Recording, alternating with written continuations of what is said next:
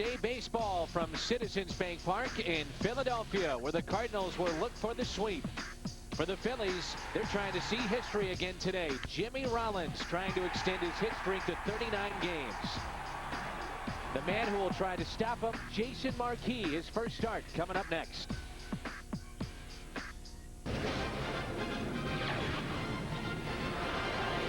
Another cold afternoon here at Citizens Bank Park in Philadelphia as the Cardinals make their final visit to face the Phillies. The lone visit here to the city of brotherly love. It was cold last night. It's cold this afternoon. Along with my partner, Albert Bosky, I'm Dan McLaughlin. And welcome to Cardinals baseball here on FSN. Jimmy Rollins has been one of the great stories to start this baseball campaign league-wide, trying to make it 39 games straight with a base hit. But he's had some problems in the past with Jason Marquis. Well, he's in a little bit of a groove, if you can say that, after only 2 games. But only 3 for 22 with 4 strikeouts, a 136 average when facing Jason Marquis, who, by the way, really hasn't had the greatest success against the Phillies in general. That's a look at our Ford Key matchup. Jason Marquis, one of the 4/5 of that starting rotation that's looking at free agency at the end of this season. If he can pick up where he left off at the very end, basically the final month of the regular season a year ago, he's expected to have a big year. And very interesting, because you thought maybe he was going to be traded over the winter, but maybe that final push at the end saved his job, and he pitched well in spring, and he's part of the Big Five. Well, part of the city of brotherly love for a while was Scott Rowland. He's been hearing all boos so far in this series at Citizens Bank Park. He's in the lineup this afternoon. The Cardinals go for the sweep. Corey Lytle for the Phillies. Jason Marquis for St. Louis. Cardinals baseball coming up on FSN. Sparse afternoon crowd here at Citizens Bank Park. There's a look at Tony La Russa. The Cardinals off to a 2-0 start here in this 2006 campaign. Corey Lytle will deal to David Eckstein. It's a strike and we're underway. Home plate umpire is Brian O'Nora. Bill Cuzzy, our first base umpire. Jerry Crawford, the crew chief, at second. Chuck Merriweather, he was behind the plate last night, and he's at third. David Eckstein, all-star in his first season with the Cardinals a year ago. Made a couple of very good plays deep in the hole last night. A defensive gem to start this series on Monday afternoon. And he shoots this one foul. It's a ball and 2 strikes. Today's starting lineups are brought to you by Southwest Airlines. Eckstein, Encarnacion, who had a tough night last night. Then Pujols, Edmonds, and Rowland. Schumacher, his first home run in the bigs last night. Molina, Miles, and Marquis. Aaron Miles, 5 for 9 to start his Cardinal career. Here comes a 1-2 pitch to David. Struck him out. Tied him up just a bit, and that's how we start the game. Pair of 13-game winners from a year ago on the mound tonight. Corey Lytle is our advanced auto parts starter, Al. Well, he's a 13-game winner, but he's also a very crafty pitcher. He is a fastball pitcher with a good sinking fastball. Keeps the ball down, it dives, and it gets it about belt high, it sails. But he's got a good changeup and a curveball. Here's Juan Encarnacion. The Cardinals last night very fortunate to win that game. They stranded 13 runners, and Encarnacion himself stranded 9 in the ball game last night. Al McRae saw Encarnacion on one of the couches today, and he kind of sit there and talked to him a little bit and said, "You're pulling your head." That's something you might hear a little leaguer do. Well, and he says, "Well, where'd you see that in the video?" He said, "Well, and he said, "How long ago did you see it?" He said, "I saw it from the day one you started swinging the bat here." But he's a little bit of an introvert, so you got to let him feel. You don't try to change a guy right away. You kind of let him, get frustrated a little bit, and then he'll come and ask for help. Here's the 0-2 pitch. Lines this one into right and picks up a base hit. Encarnacion 2 for 10 to start his Cardinal days. Look at the defense. Let's go around the horn. It's brought to you by Auto Tire. Behind Lytle this afternoon, Burrell, Rowan, Abreu, a Gold Glover from a year ago in the outfield. Bell, who had a home run, is at third. Had that homer last night. Jimmy Rollins at short. Chase Utley will bat cleanup. He's playing second base. You've got the reigning Rookie of the Year at first, and Howard, and Mike Lieberthal is behind the plate. And here's Albert Pujols, another monster home run in the ball game last night. And a curveball to start things off. in there for a strike. First plate appearance last night for Brett Myers. Albert took 3 straight fastballs. It was apparent he was looking for something soft, never got it. So later on in the game, he started looking for other pitches, and you saw the terrific hitter he is. The home run last night was on an 0-2 pitch from Brett Myers, who took a no decision along with the other starter, Mark Mulder, for the Cardinals. 1 ball, 1 strike. Albert Pujols made a base running mistake late in the game trying to score on that grounder from Scott Rowland that he hit to short. And Pujols later would say he thought that Rowland broke his bat and that it was not hit as hard as it was, but it was hit on the ground to short, and he was nailed at the plate by probably a good 5 feet. The infield in, though, you know, but he's such an aggressive runner. It was just a good thing that Yadier Molina picked him up right afterwards with a game-winning hit. Albert deep in the box. That back foot is on the chalk line. 2 balls and 1 strike. This is outside, 3-1. Pujols 3 home runs in the first 2 games of this 2006 campaign.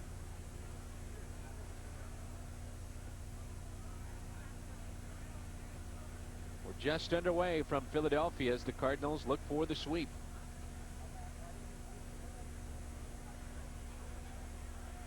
Lytle gets his sign and a long look. Short lead at first by Encarnacion. He's running. The pitch is fouled. Let's take a look at the home runs for Pujols. Game 1 of this series, 2 of them left. That's the second one into the upper deck here at Citizens Bank Park. And then last night, an 0-2 mistake. You can see Mike Lieberthal wanted that pitch on the outside corner. It tailed in, and Pujols lost it. I mean, it's very few men can hit that pitch out, but Albert, the way he uses his hands and they stay inside the ball, he can hit a pitch any place. Here's a 3-2 pitch. Pujols jammed a bit. Hits it into shallow center field. Encarnacion better hurry up and get back to first. And he's safe. Rollins almost got him. Juan just kind of tippy-toeing back in, and Jimmy, aggressive young player that really is a good all-around player, sees that and fires back behind him. So Juan going halfway, but maybe a little bit staying out there. You know he's going to catch it, but you see how he slows up going back, and that almost cost him. Cleanup man today is Edmonds. 1 for 7 to start the year for Jimmy. Encarnacion is running, and the pitch is fouled away. Saw last night late in the game off of Tom Gordon, Albert Pujols with a stolen base. He eventually wound up at third, and like we talked about, was thrown out at the plate. But I visited at length today with Dave McKay and some of the things that he tries to look for over there at first base. It's not just holding a stopwatch. He is talking to the players about situations over there, and in particular trying to pick up something with the front leg of the pitcher on the mound.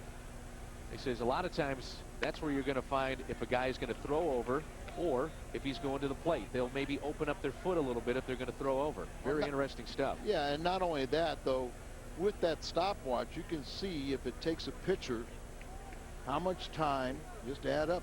You know what the catcher's throw is going to be from receiving a ball and throwing to second base. If the pitcher is slow to the plate and you get a decent jump and you have decent speed, mathematically that ball can't catch up to you. He said 1.3. Right. That's the measuring stick.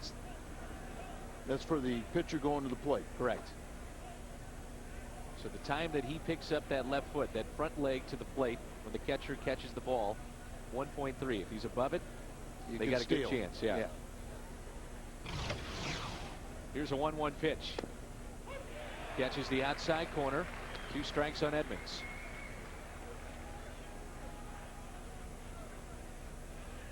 Of course, Cody McKay, Dave's son, is retired from the game of baseball. Was up with the Cardinals briefly. Trying to get involved in commercial real estate out in Arizona. 2 outs and another check on Encarnacion.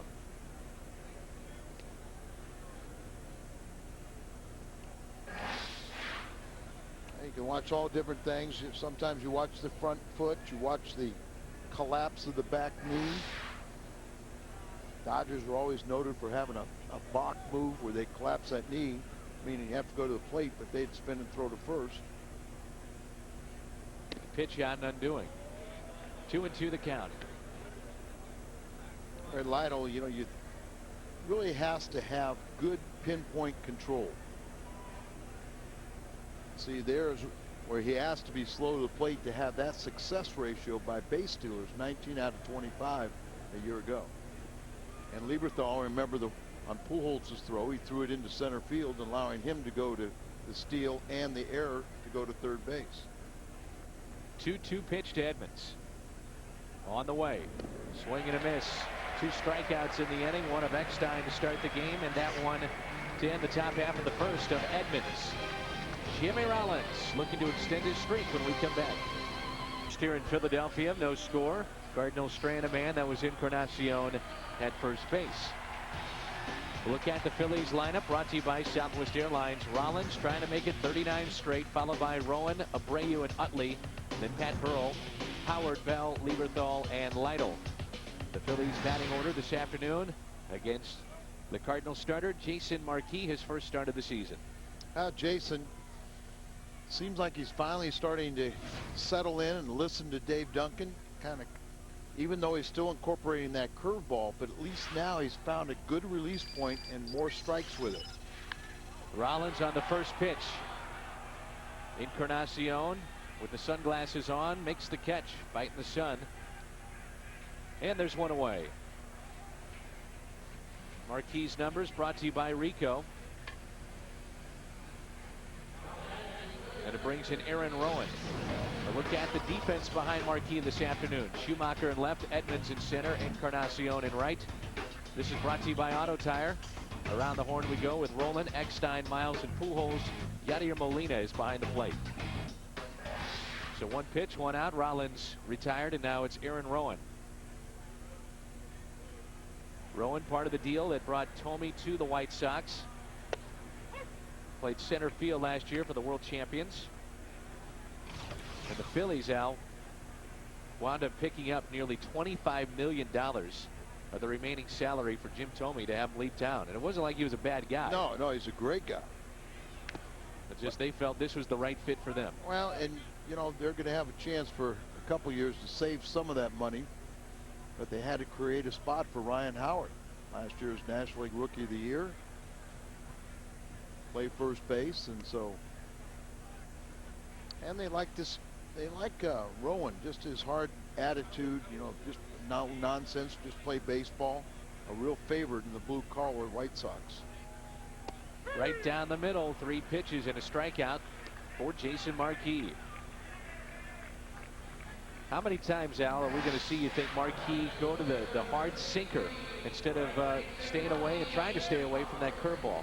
Well, you know, he worked on that curveball, but I think what he's finally found is a comfort level with Dave Duncan and getting him to believe in the sinker and the changeup.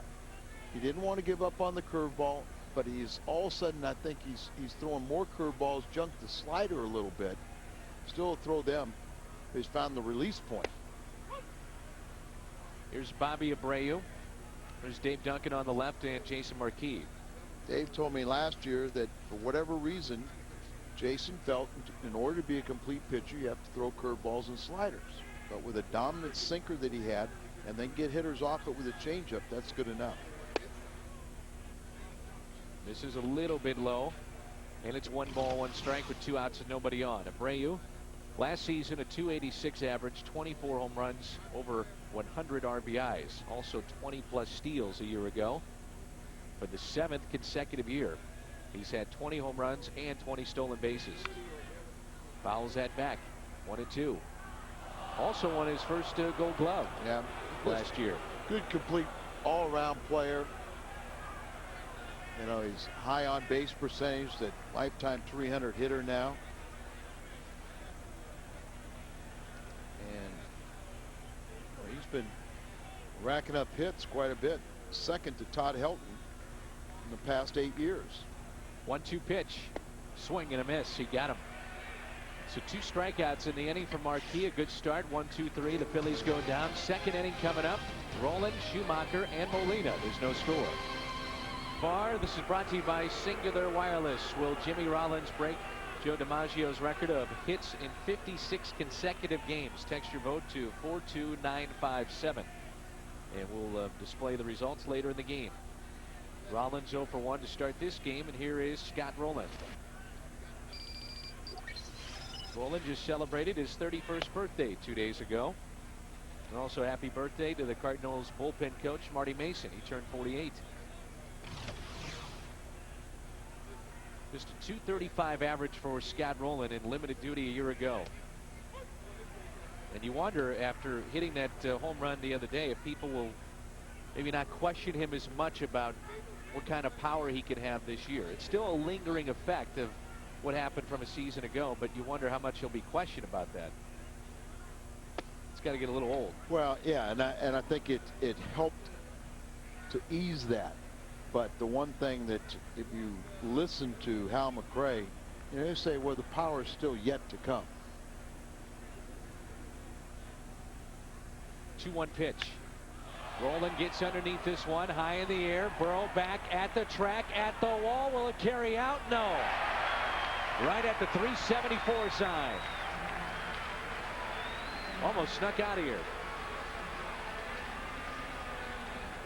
You get the ball up in the air in this ballpark.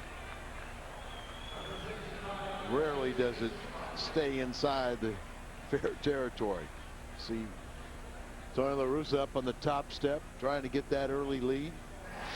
But there's a good sign to see, you know, that he's driving that ball deep into a park. Here's Schumacher to the opposite way. Burrow back on the track, and he makes that play. We'll go back to Rolen now. That is a good sign to see that at least he's driving the baseball a little bit with authority. And you're getting into, you know, the power alleys out there, which are comparable to Busch Stadium's new dimensions.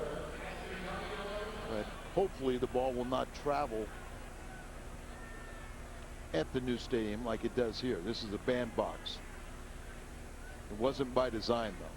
Here's Molina. He had the game-winning RBI last night in the 9th with 2 outs. Now, people are starting to recognize that he has a pretty good game plan as a hitter. Goes up there and really looks for certain pitches. Many times early in a game like this, he's becoming a good situational hitter. A lot of times he'll go to the opposite field to try and get base hits. But when he knows it's time to deliver a game-winning hit, he was looking for a breaking ball. He got a curveball, but he was up there looking for slider. And he can go down and lift that ball and hit it with authority. That was the thing. I mean, that was only about a half foot above the ground. He had to go down and get it, and blooped it in the left for the game-winning RBI. Good tailing action. That ball outside, right-handed hitter gives up on it, thinking it's going to be a ball. This is why there's hope for Molina. When you see how he'll try to center the ball, doesn't try to hit, you know, pull the ball all the time, but hit the ball up the middle. You stay on pitches a lot longer and give yourself more hitting room.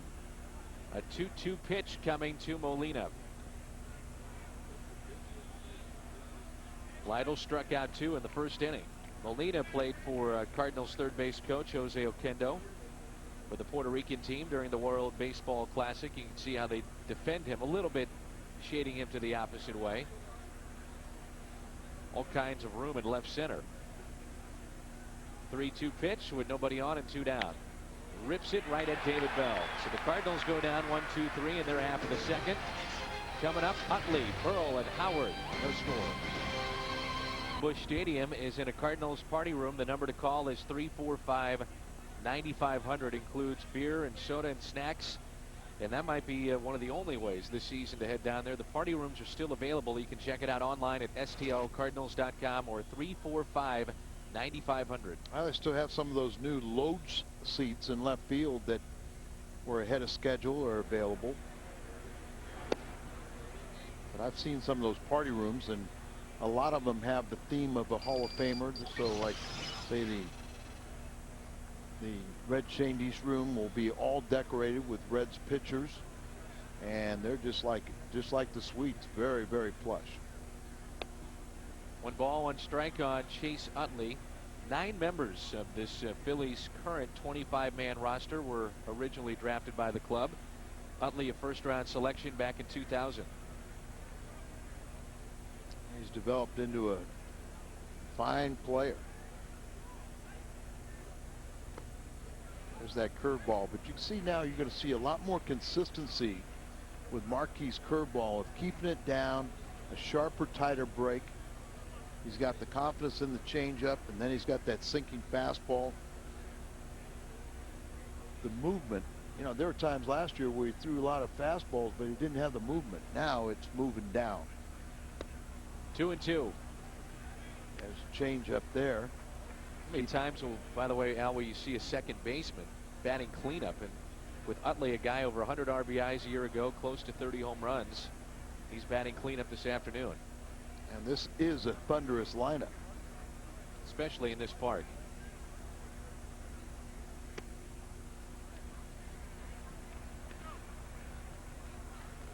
See Chase Utley the last 3 years, what he's been able to do. He split time with Placido Polanco, and then last year became the everyday second baseman. Polanco with Detroit, now playing for Jim Leyland, the former Cardinal scout.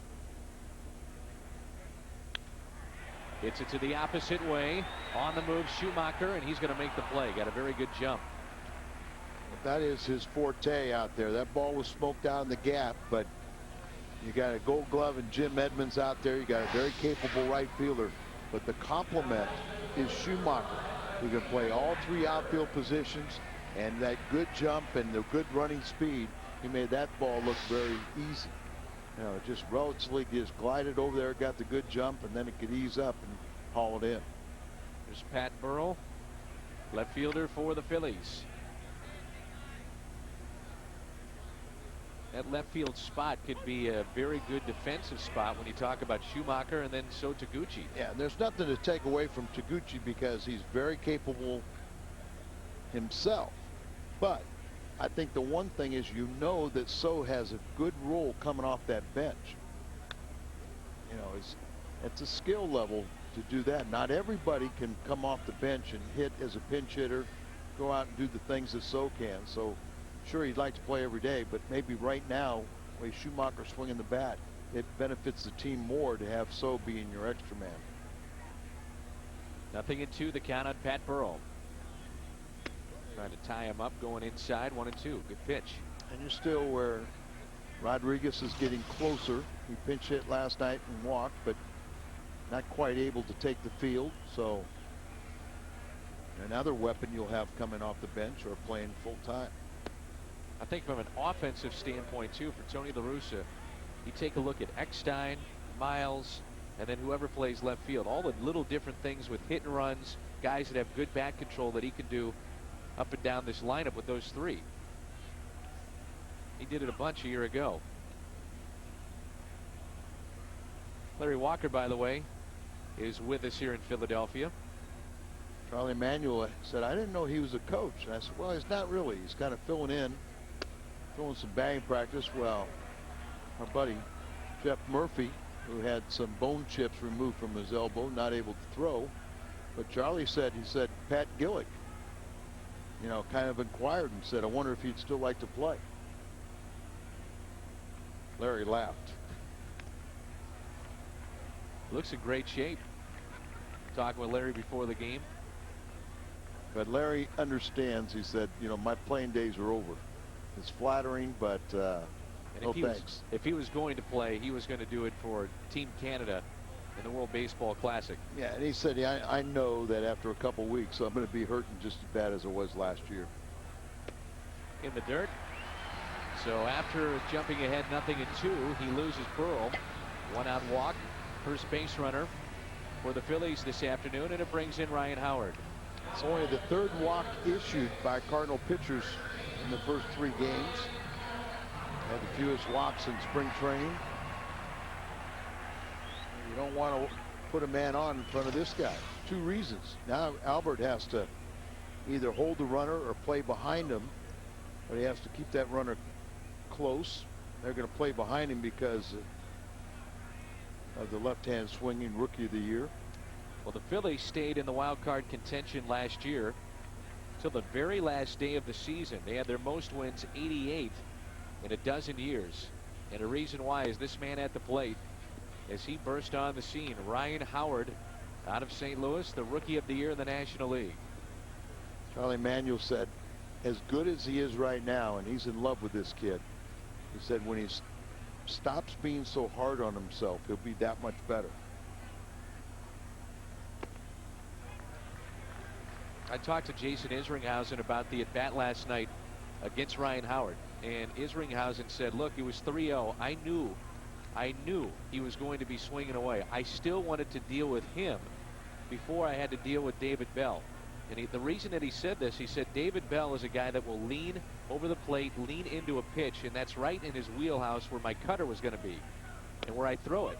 He said, I just feel more confident in certain guys out there. And he said, I don't mind even getting to a point if I walk the bases loaded. I have confidence in what I'm doing. And that would follow up because he said, I knew that Lieberthal was the guy I could get out. Exactly. It was a weak ground ball to first to end the game. And Jason Isringhausen and telling me before the game, he says my stuff is moving as well as it has in the last 2 or 3 years. His ball is flat out moving. Oh, he's throwing the ball very well. He made some great pitches last night. You know, uncharacteristic to give up a hit and 2 walks in an inning, but bottom line is he got to save. 2-2 the count. Giving Molina a little bit of time as that foul ball clipped him.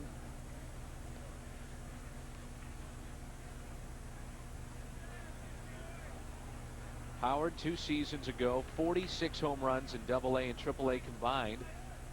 Came up last year July 1st after Thome was done for the year. They say Jim Thome, just to play every day, just to be a DH, has to do exercises for 90 minutes before every game just to be ready to even play, just to swing the bat. Because of his back? His back. He's had a leg problem too. Full count delivery. And a walk, back-to-back walks to Burrell and Howard, and it brings in Bell, who homered last night. Jason came out in the first inning, was as efficient as you've ever seen him. Jimmy Rollins pops up on the first pitch, then a pair of strikeouts, and now maybe you get a little too fine, trying to be a little too perfect.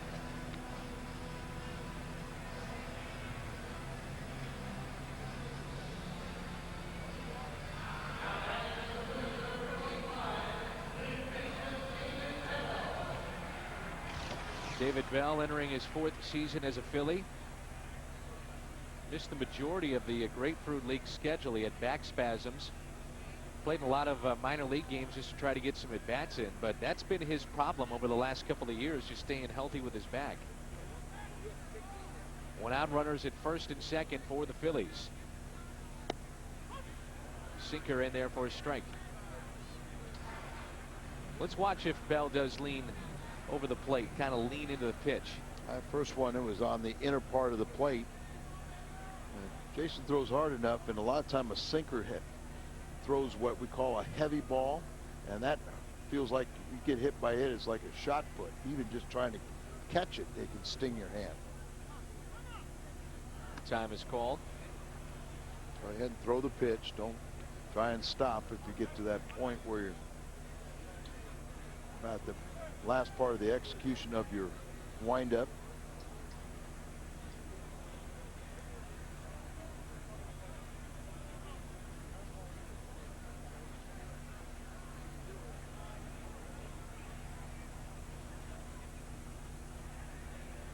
Here's an 0-1 pitch to David Bell. Again, they go back inside. Ooh, it just missed. Remember, it's where it crosses the plate, not where he catches it. That ball was just tailing inside, so you would think it crossed the middle of the plate.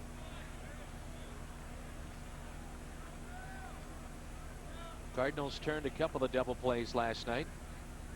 Love to turn one here. 1 ball, 1 strike with an out. Here in the bottom of the second. Blocked by Molina. Runners will not advance. 2-1. Very cold afternoon, and now all of a sudden you walk a couple guys, you fall behind the count, and get your very good defensive fielders back on their heels.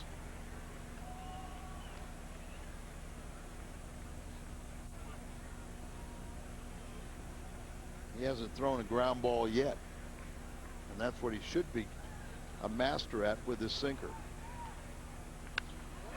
Pulled foul. 2 balls, 2 strikes on David Bell. Sometimes you're overly strong early in the season in cold weather, and that's when you have trouble getting your sinker down. Look at the defense for the Cardinals with Bell at the plate. A count of 2 balls, 2 strikes.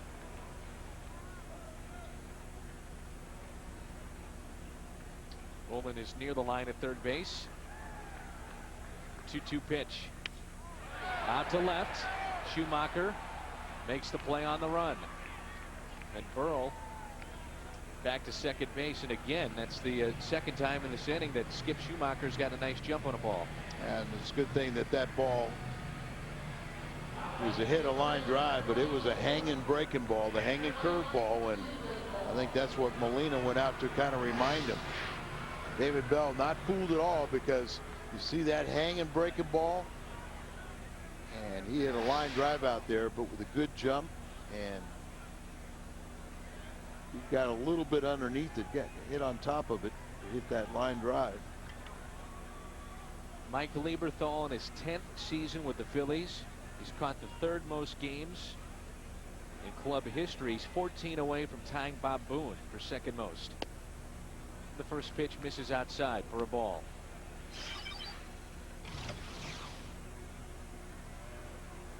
$12 home runs, 47 driven in a year ago. A .263 batting mark for Lieberthal.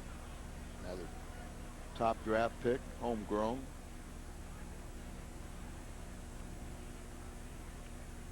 Lieberthal drills this one out to left. Schumacher won't get it. One hops off the wall. Burrell is going to score. Howard will stop at third. It's an RBI double for Mike Lieberthal, and it's 1-0 Phillies.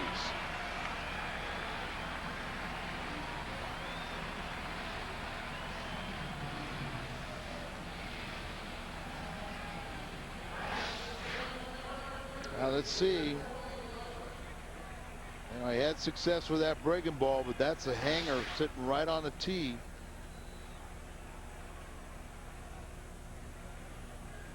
Now it's the pitcher Lytle. He wants to throw that 8th place hitter. That was the first hit with runners in scoring position in this series for the Phillies. Just 1 for 15 in that spot. Strike 1 on Lytle. Marquis just sailed through that first inning with a pair of strikeouts. Like you said, very, very efficient. And then a couple of walks in this inning. A couple of hard hit balls as well. Well, once again, though, he hasn't thrown a ground ball. Not even a base hit ground ball that goes through. Lytle squibs one foul. No balls, 2 strikes. He's had 3 fly ball outs and then the 2 strikeouts. Lytle in the hole, 0-2. A chance to help himself. Phillies lead at 1-0. Now you see that Marquis, a lot of pitchers were belt high and above. You know, you're overly strong, and sometimes you try to snap that curveball off. You lose your release point. The 0-2 pitch right down the middle. The Phillies strand 2, but they grab an early lead. The RBI double by Lieberthal to score Burrell. 3rd inning coming up, and it's 1-0. Look around the major leagues with the FSN Baseball Report. We're covering every team all season long with highlights, interviews, and analysis you won't get anywhere else.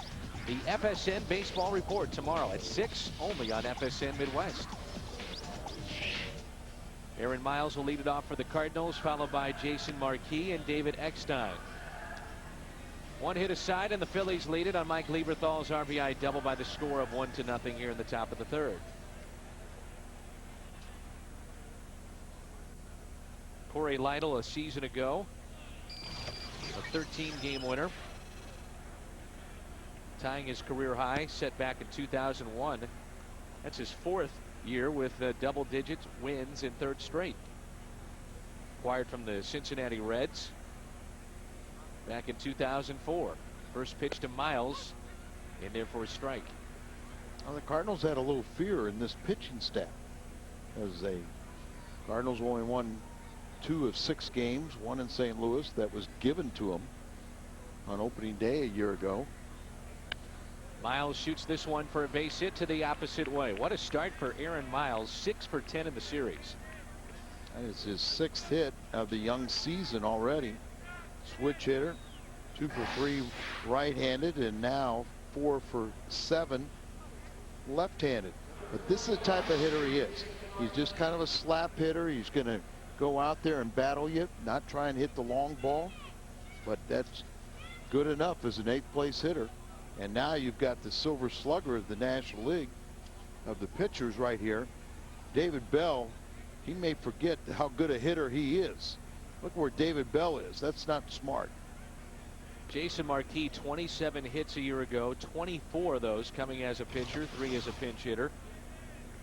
That was first in the National League. He also had 10 RBIs. I think he had 8 doubles, a triple, and the 1 home run. David Bell could get his head taken off. That's what I'm saying.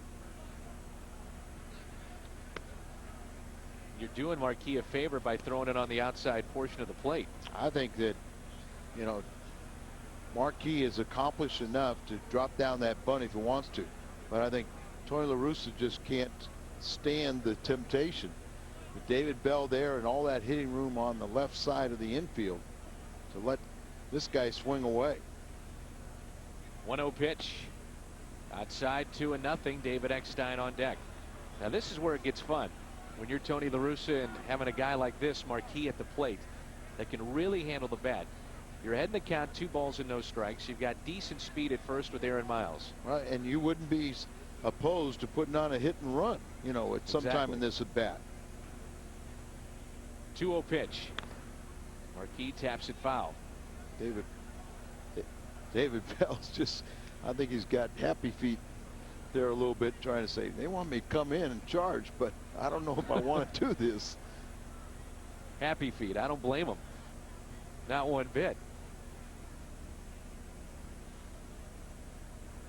This is a traditional running count, 2 balls and a strike, and a chance to really do something here. Well, and now you'll see for the first time Jason kind of showing bunt. Just showing it doesn't mean that that's what he'll end up doing. You got the butcher boy, where you can pull that bat back, swing away. The 2-1 pitch. He's swinging away and hits it high in the air out to right field. Abreu, shading from the sun, makes the catch, and back to first goes Miles. That's the first out here in the top of the 3rd. We're back to the top of the order. And it brings in David Eckstein, who struck out swinging his first time up. He was 3rd toughest to strike out a year ago in the National League, and struck out opening day. Won here today, but he's off to another good start with his 3 for 10. And the plays that he has made defensively. 2 very good plays in the hole last night, and then the sliding grab that he made on opening day. And talking with Joe Patini, who sets the defenses more times than not for the Cardinals before the game today, he said, you know, it was this time last year we as a coaching staff were wondering about David Eckstein and trying to figure out how we would make up for the loss of Renteria. He said, well, we don't talk about it anymore. Opening day, it was a play that was similar to a play that he made in Colorado. Rollins at the plate against Chris Carpenter. And watch this gem. David Eckstein flying into your screen. Came away with some bruised knees, he said. Roland avoided him, too. That was another part of the play that kind of gets overlooked. Yeah, there was a grate down there, a drain, and that's what his knees ran across it and bruised him up a little bit. But you saw the great athleticism of Scott Rowland, 6'4", 240, and avoiding, making a little nifty cutback move so he doesn't run over David. One ball, no strikes on Eckstein. Short lead at first by Miles. 2-0. Philly staff walked a bunch last night. You know, not only did they walk a bunch, but made a big mistake in the 8th inning. Remember, they had 2 walks in the 8th inning. Well, that just because it was 2 outs and then they walked a couple guys, that got you into the thunder of the lineup to do some damage, which reflected in the 9th inning. They walked 9 last night. Let's see if the Cardinals want to do some running here. 2 balls and 1 strike.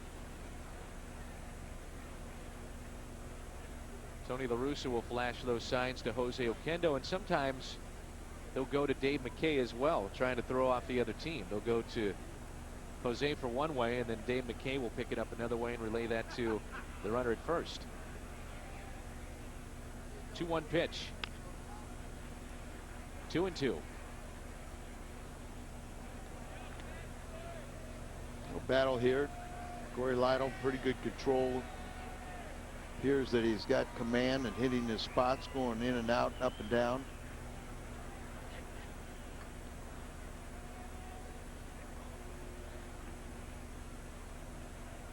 Another sparse crowd this afternoon here at Citizens Bank Park. We had just over 20,000 last night. To be honest with you, I don't blame you if you stayed away. It's cold. And you can see why a lot of people are standing out in center field to stay in the sunlight. Stay in the sunshine, not the shade of the stands.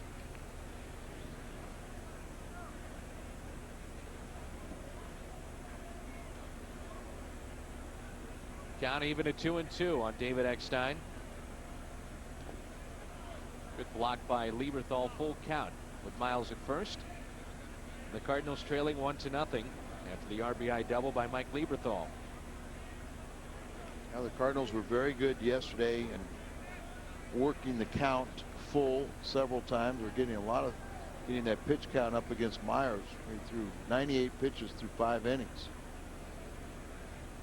I would think he'd be running on this pitch.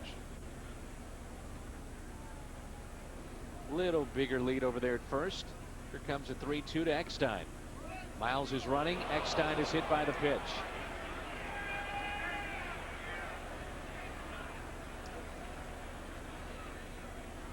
First and second for Encarnacion.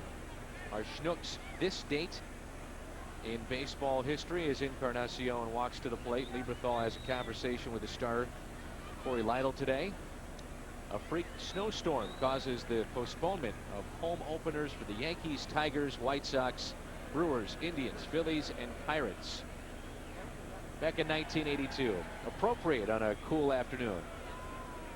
Apparently the weather is going to be moving into Chicago tomorrow for their home opener, and we'll be in Chicago tomorrow afternoon with the game on FSN. Encarnacion stranded 9 base runners in last night's ball game. He's 1 for 1 here today and 6 for 13 when facing Corey Lytle. So good opportunity. Remember I said that Hal McRae kind of went to him today and said, you know, you got a little mechanical flaw. I said, when did you see it? I said, I saw it right away. But he didn't want to try and change him right away. First pitch to him. Encarnacion out to deep left field. Burrell on the move, and he's going to make the catch. Miles back to second, Eckstein to first, and there's 2 down for Pujols.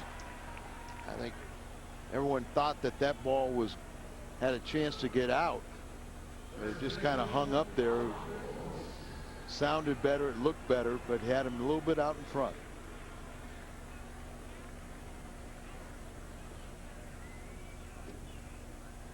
Now it's Pujols 0 for 1. Albert popped out to short. First time up.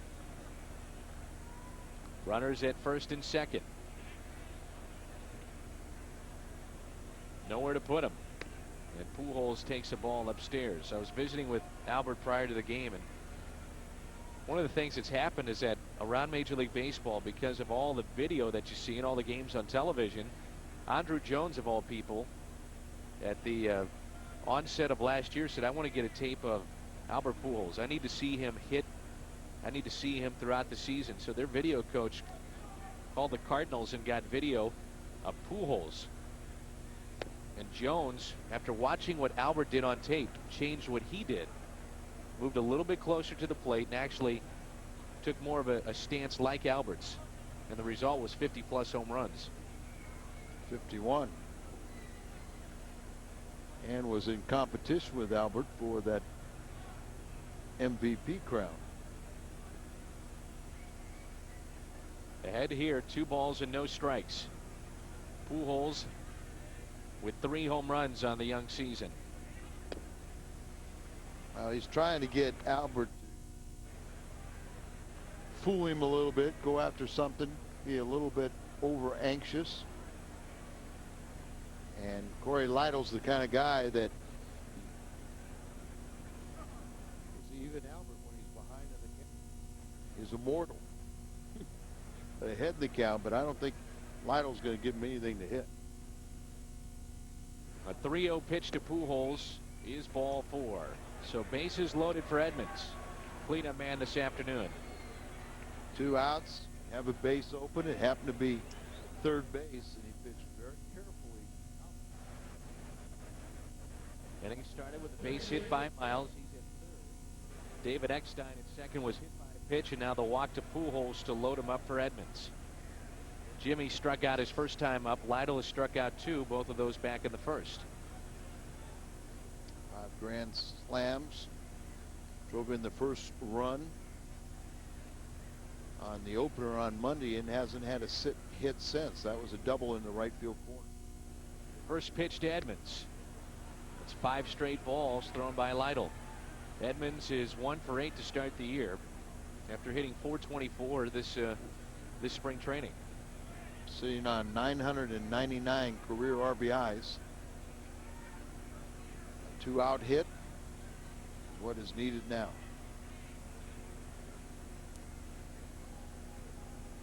One 1-0 pitch to Edmonds. Curveball, and he swung through it.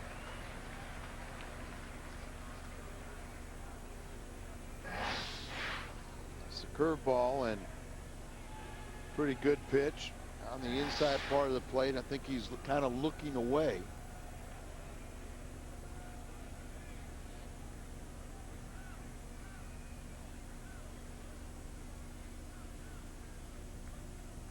One pitch to Edmonds. Another curveball, tap foul. That was a hanger. It was just bad enough that Jim only got a piece of it. 1 ball, 2 strikes with runners at every bag. Miles, Eckstein, and Pujols. I remember, if you're that second base runner, you could almost be an umpire. You got 2 strikes, 2 outs. If you see a ball in the strike zone and you see him start to cock those wrists, you can get a tremendous jump.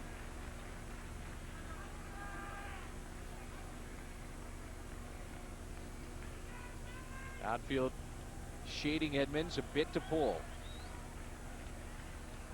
In the hole here with a 1 ball, 2 strike pitch, and just got a piece.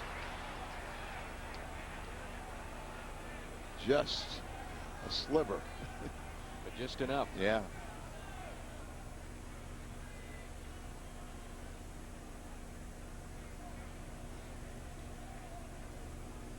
Best opportunity of the game so far for St. Louis with the bases loaded. 1-2 the count on Edmonds.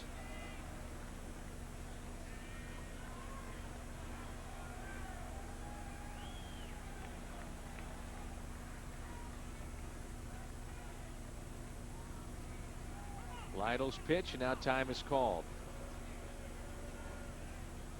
Hitter, you know, you get that pitcher in his stretch, and when he holds the ball, when a lot of hitters start tensing up and their only remedy is to call time.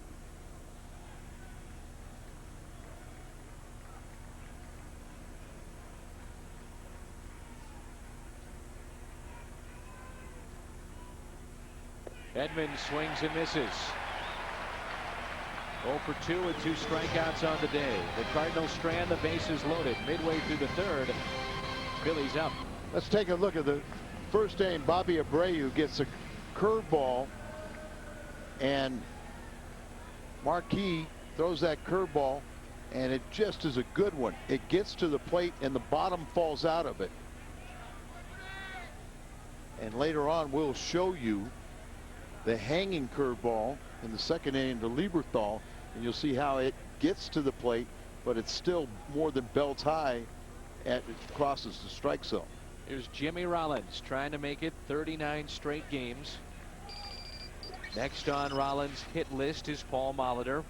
He went 39 straight back in 1987. After that, it's Ty Cobb at 40. Trying to bunt his way on. Marquis is there. Bare hands flips, and Rollins is 0 for 2. Let's go back to that split screen and the curveballs. One was pretty sharp and the other's a hanger, Al.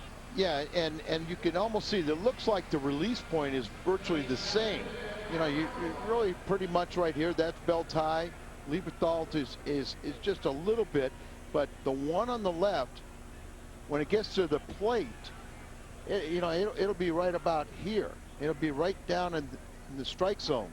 When it see where it comes out. But on the one on the left, you'll see when it crosses the plate, it's above the belt. And you overthrow one, you kind of lose your release point. It's kind of like casting a fly rod, and the other one you're pulling down the lampshade, the good one. And Lieberthal picked up an RBI double with the one that he hung back in the second inning, and that's the only scoring so far in this game. It's 1-0 Phillies. One out here in the bottom of the third. 1 ball, 1 strike on Aaron Rowan. Rowan struck out looking his first time up back in the first. Jammed here, pops it up behind home plate. That's going to find the seats. 2 strikes.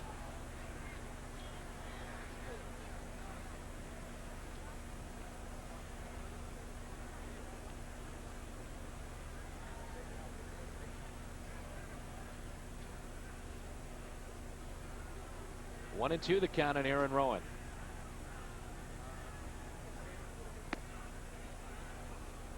Two and 2. In the old days, you used to kind of use the drop the leg and drive. Remember Tom Seaver, he had powerful legs, and dropped that back leg, and he was staying his knee where he'd hit the dirt.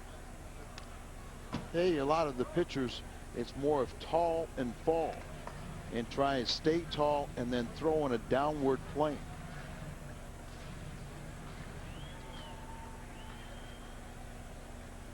Mark Mulder's a good example of that. With his size, it's easy for him to accomplish it. Swing and a miss by Rowan. 0 for 2 with a pair of strikeouts, and that's 3 on the afternoon from Marquis.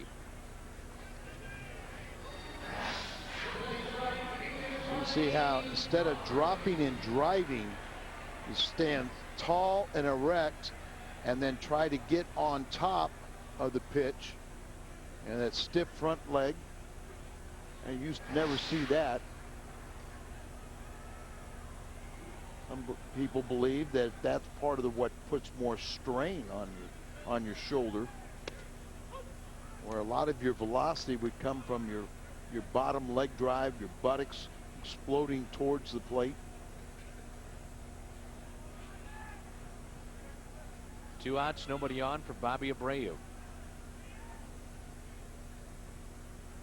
One thing we have found out is that Jason Marquis is a terrific athlete. He was in high school, and you watch him handle the bat. Obviously, he can do that. Pitching in the major leagues is quite a feat. And field his position, as Rollins found out too.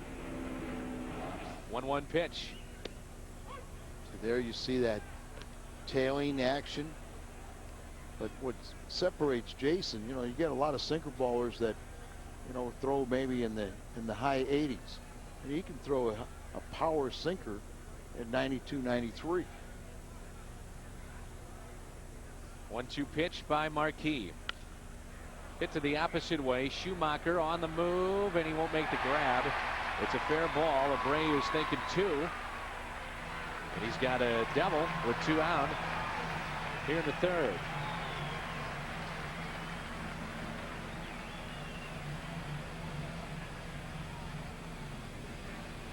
Well, the ball didn't appear that it had any downward action on the sinker. It just kind of stayed up, and that ball will have a tendency to flatten out. So you set up inside. You want to have that ball. It tails slightly, but it tails straight across in the hitting zone and becomes a pitch in the middle of the plate. And Bobby Abreu is that kind of spray hitter. That's why he has the second most hits to Todd Helton in the last 8 years in the National League. Two-out double by Abreu. Now Chase Utley. Utley fly to left. First time up. Jimmy Rollins, if you're just joining us, 0 for 2, trying to extend his hit streak to 39 games. And one of the reasons he can extend the streak so long is exactly what he just did, trying to bunt. He's a switch hitter and he's got good speed. He's got a lot of different things going for him to extend it. I asked Charlie Manuel, who was a longtime hitting coach too before he became a manager at Cleveland, and I said, is this the longest streak you've been associated with? And he said, yes, it is. But he also remembers a very impressive streak that Sandy Alomar Jr. had, a 30-game streak for a catcher who can't run a lick. That's fought off by Utley. This is going to drop for a hit, and scoring is Abreu. It's 2-0 Phillies on back-to-back doubles.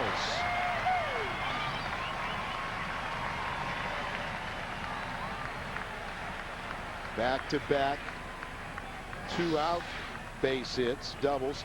See Molina set up inside, but that ball, it's staying up instead of that drifting back. It's not getting in far enough. That was one to Abreu. This is the same pitch. That one was down a little bit, but an inside-out stroke, hands staying inside the ball, plunks it into left field, the opposite field. Tough to defense those. Now it's Pat Burrell. Pretty tough pitch for Utley to hit, and he fought it off. This is in there for the double. This is very good offensive team, and Utley's right there in the middle of it. We talked about he's clean up, over 100 RBIs last year.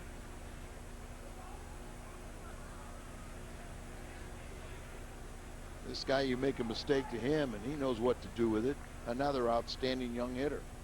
2-0 Phillies. Burrell scored the first run for Philadelphia. Back in the second on an RBI double by Lieberthal.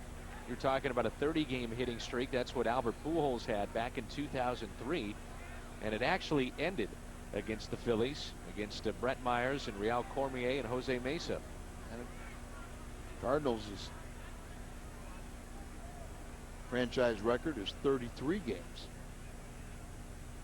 A few years prior to Pujols, it was Joe McEwing that had I believe a 25 or maybe a 26-game hitting streak. I believe McEwing is playing with the Kansas City Royals at last check. He was traded. He was traded, okay. Right at the end of spring training. We're going to see him because he's now with the Astros. 2-1 pitch. Hit left side. Diving stop by Rowland. Gets up and gets his man. Great play by Scott Rowland to his left. He'll hear the boos. We head to the fourth. Phillies have added to their lead on the RBI by Chase Utley, and it's 2-0 Philadelphia. Philadelphia and Citizens Bank Park. In a cold afternoon, Chase Utley has made it 2-0 in favor of the Phils with his RBI double. And in steps Scott Rowland as we start the fourth. Little check swing by Rowland, back to the pitcher. And Rowland is 0 for 2. Our fans love it, and Scott Rowland hates it. Didn't mean to swing, but just got enough of it, put it in play, and really record an easy out. Batter will be Skip Schumacher.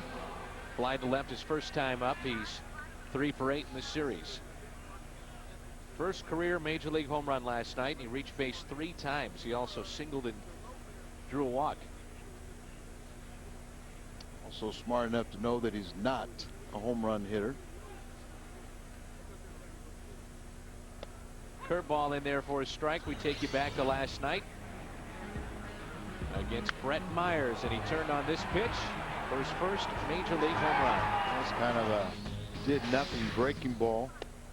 Kind of sat there on the inner part of the plate, and after that they kind of were started treating him more like a home run hitter and walked him in that crucial time to set up Molina's game-winning hit. 0-2 pitch. A swing and a miss. Lieberthal finds it, fires to Ryan Howard for the second out. It's 4 strikeouts for Corey Lytle.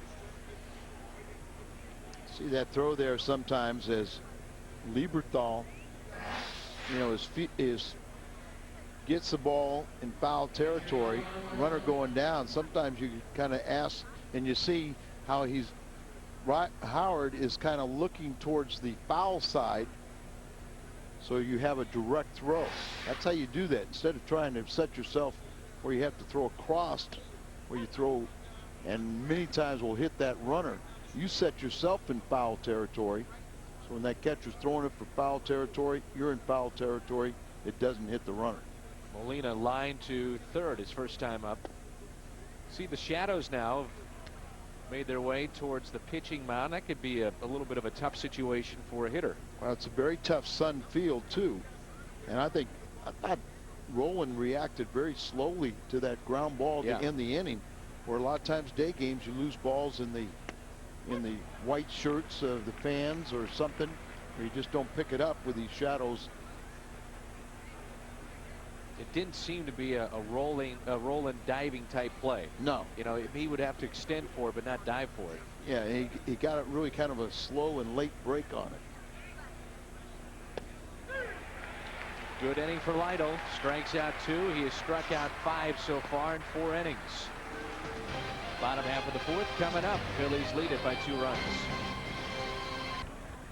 That's all coming up on the Best Damn Sports Show period.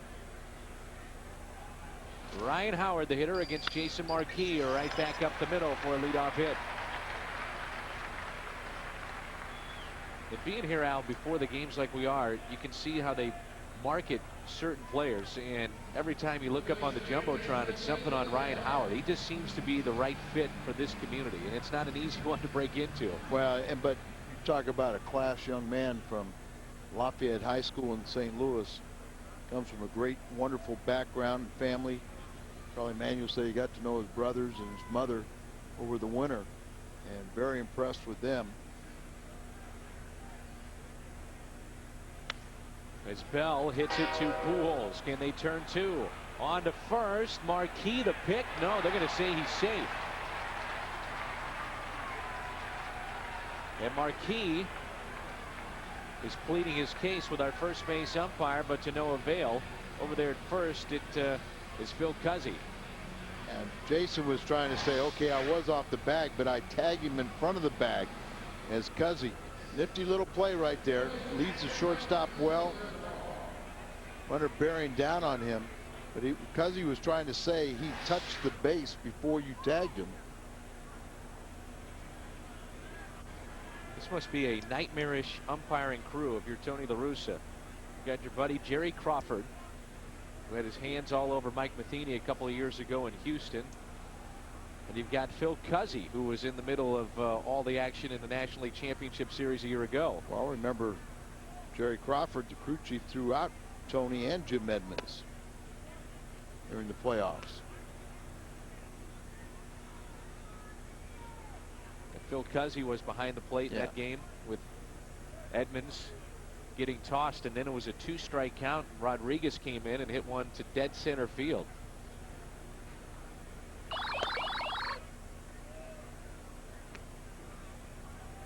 One ball, 1 strike on Mike Lieberthal. He picked up the first RBI of the game. RBI double in the second. They played at Pat Burrell. Both the runs have been scored with 2 down. This could be a double play. Eckstein and Miles on to first. There's a double play. 6-4-3. We head to the 5th. The Cardinals down by 2 runs. The Cardinals will play the Reds. It's Busch Beer calendar night. The first 25,000 fans ages 21 and older with a paid admission receive a wall calendar featuring the Cardinals for the 2006 inaugural season at the new Busch. For tickets, log on to stlcardinals.com and click on Prime Seat Club.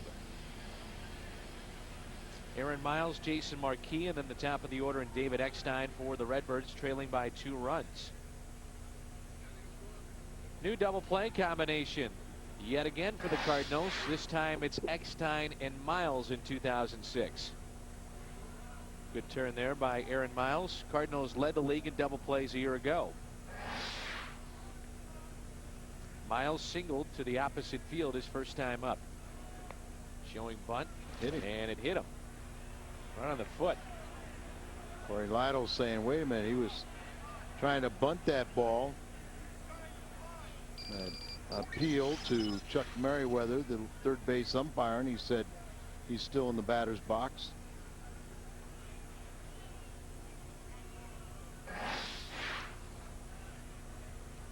Aaron going to play small ball. He has a beef. Foot seems to be on the black of the plate or right by it. Yeah, hit him right on the toe. Cardinals catch a break. So Miles will be at first base. This is a similar situation that the Cardinals had back in the third with Marquis at the dish. It's ball 1. David Eckstein on deck. David Bell saying, don't throw that ball out away from him. Bell is way in on the grass at third base. And the first time up, Marquis was ahead 2 balls and no strikes. And eventually he flied to right. This time he drills it out to left center field. That's going to be trouble. To the wall it goes. Miles to second. Miles is going to be waved in. Marquis picks up where he left off last season. Cardinals on the board, and it's 2-1 on an RBI double by Jason Marquis to score Miles from first. He had 10 RBIs a year ago, and many times he helped his own cause. He gets the Cardinals on the scoreboard, but Corey Lytle hit the leadoff man, Aaron Miles, his second hit batsman of the afternoon, and then that fastball up there. This time he levels his swing and hits that line drive. He had 8 doubles a year ago, 10 RBIs, picked up that Silver Slugger award, and as you said, picked up where he left off a year ago. Now it's Eckstein with the Marquis at second base. Nobody out here in the 5th. 2-1 game. And David squares and pops it up. I don't see David do that often, but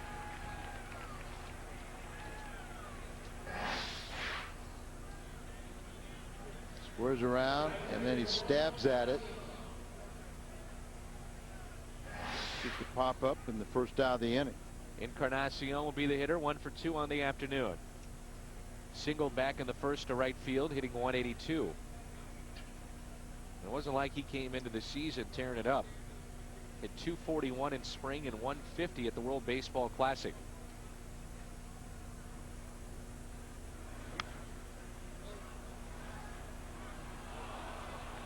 Most envious positions in baseball, batting second in this lineup because of the guy on deck.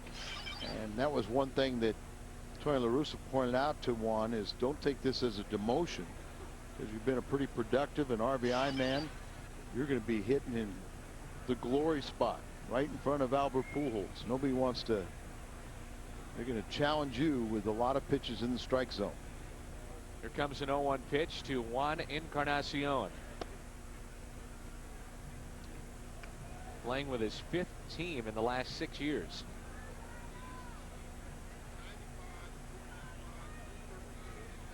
Cardinals signed him to a 3-year deal.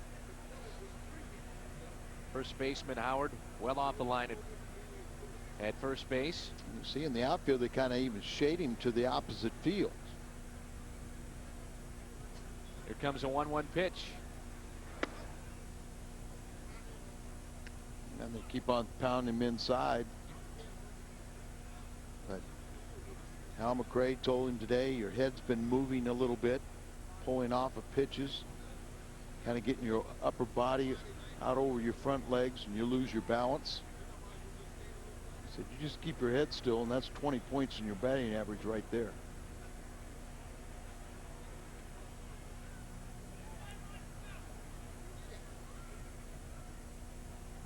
The 2-1 is tapped left side.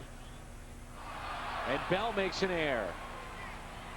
And it's first and third, one out for Albert Pujols as David Bell couldn't come up with a slow roller.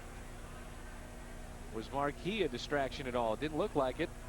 No, I think it's just one of those little dribblers that he thought that it would hop up and come up to him, and it stayed down off the tip of his glove. And remember, he's had battle back and also a quad problem, so probably bending over is a little more difficult for him. And they have ruled that. Haven't ruled yet.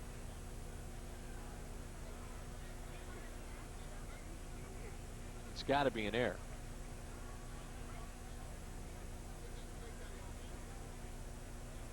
Pujols has popped out and he has walked today.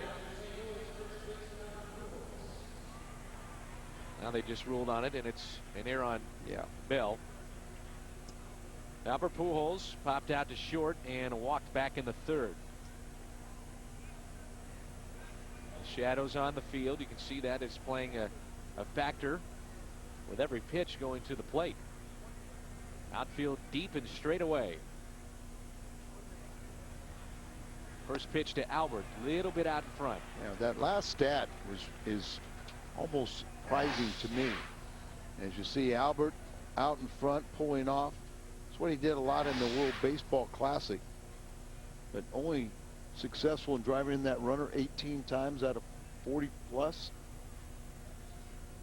And early last season he struggled in this department, but overall he was outstanding. Runners at first and third. Pujols looks at a ball low and inside. 1 ball, 1 strike. Albert is not disappointed the folks here in Philly with 3 home runs in the first 2 games. 2 on opening day and a laser shot on an 0-2 pitch last night.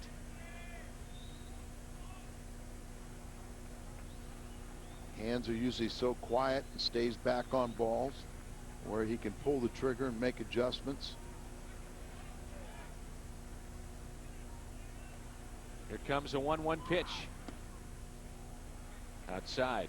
Dave McKay said something that was kind of interesting to me. He said Pujols will put a 1-hopper off the wall and he'll be upset with himself running down first and then heading to second base. He said those are sometimes he's so good and such a elite player that those are pitches at times he thinks he should drive out of the ballpark, and he's upset he didn't do that. See if the Cardinals want to do some running here with Encarnacion at first, Marquis at third. Count of 2 balls, 1 strike. He's not running, and the pitch is hit into center field, and this game is tied. Pujols has tied it up. Marquis scores, and it's 2-2. He's so strong and so good that pitch in on his hands gets a lot of hitters, but there's very few like Albert Pujols. Let's go pitch by pitch. This is brought to you by Chevrolet. Got the change up there, and then he kind of goes with the sinking fastballs, gets behind in the count, and then he runs the ball in on him. But Albert with great strength and the hands being quiet and staying within himself and inside the ball, you know, he just fights that one off and gets another RBI. Already his 6th of the young season. This ball's going to run in on him, but you see how he uses his hands. He trusts his hands so much. Opens with the hips, fights those hands, brings them through, but they stay inside the ball, and you know, in the ball, and you can spray the ball around there, but he's so strong he can muscle it over the infield. Now it's Edmonds. He's had a tough afternoon with 2 strikeouts. He is stranded 4. Had the bases loaded his last time up. First pitch, a ball low and away. Inning started with Miles being hit by a pitch. RBI double by Marquis to score Miles from first. Eckstein popped out. Encarnacion reached on the air by Bell. The single by Pujols and RBI to tie it up 2-2. So first and second. 1 ball, no strikes on Edmonds. Pulled the string on him. You know, Jim talked about last season, got in some bad habits, got pull conscious. Needs to go back to that sound philosophy that made him a terrific hitter of thinking up the middle opposite field. They make a mistake on the inside, he can turn on it, but go out there and try and drive the ball, and that'll keep his weight back on those off-speed pitches.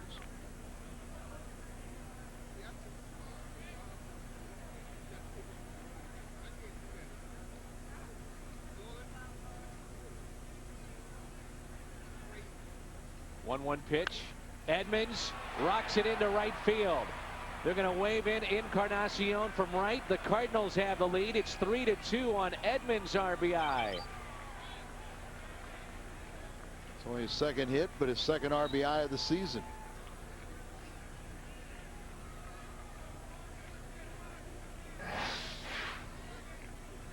Now an off-speed pitch, but you see the ball's on the inner part. That's where you can turn on it.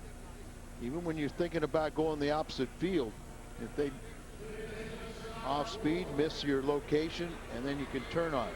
Kindo does an outstanding job. Encarnacion made sure that ball cleared the infield and got through the outfield, and then pick up your third base coach. And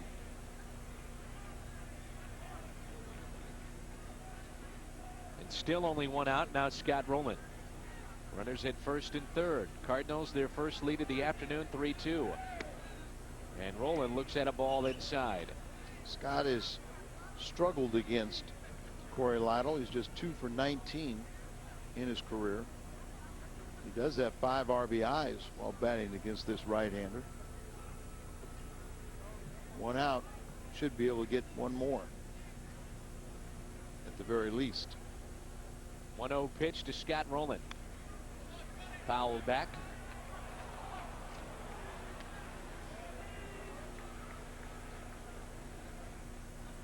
One ball, one strike. Cardinals fell behind 2-0 and now have taken the lead 3-2.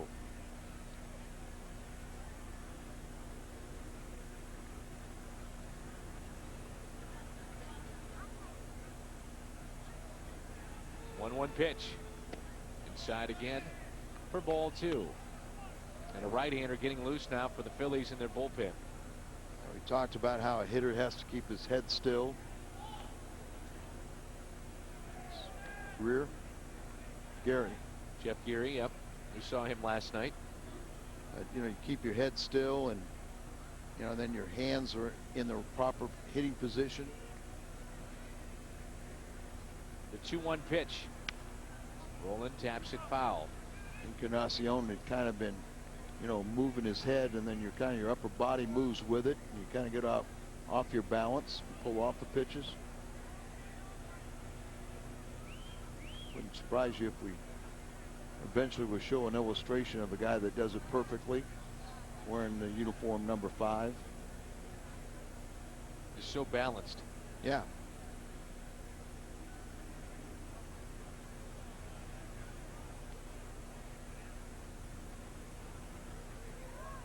Two and two the count on Scott Rowland.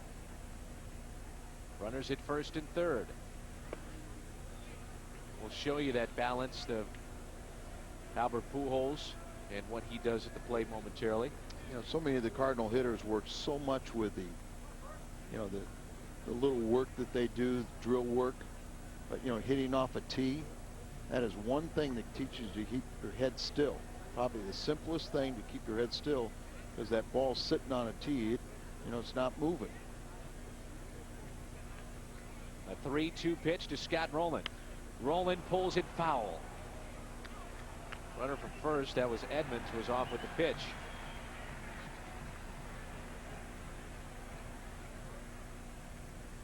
Marquis got the scoring started in this inning with his RBI double. Pujols an RBI single. Edmonds an RBI single, and now Scott Rowland trying to add to the lead.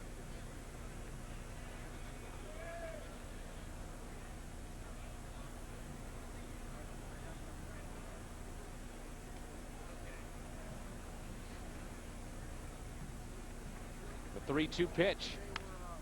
Fouled back. Pretty good battle here. Scott has been battling here, as you said, spoiling some pretty good pitches.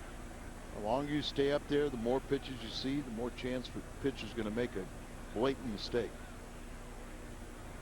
The mistake on Monday was a hanging curveball, but he's been seeing a lot more fastballs since then. Yeah, but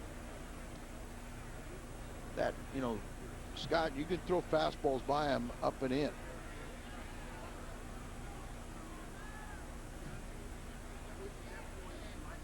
Three-two pitch. Rolling with a base hit into right field. Pujols scores. It's now 4-2 Cardinals. That was a good piece of hitting there. What a great at bat as he fouled off a bunch of pitches and really fought off that last pitch to drive it into right past Ryan Howard. And it's 4-2 St. Louis. You watch him try to go in on him, but watch the hands. See how he comes down there, and his head stayed right on the ball. Choke it up a little bit. You don't want to get down the end of the bat. Ball inside, and boy, look at that. Just used the hands, trusted his hands to come through the hitting zone on the inside pitch, slicing it to the opposite field. Edmonds running on the pitch, and you got runners at the corners. Skipped Schumacher. Check on Scott Rowland over at first.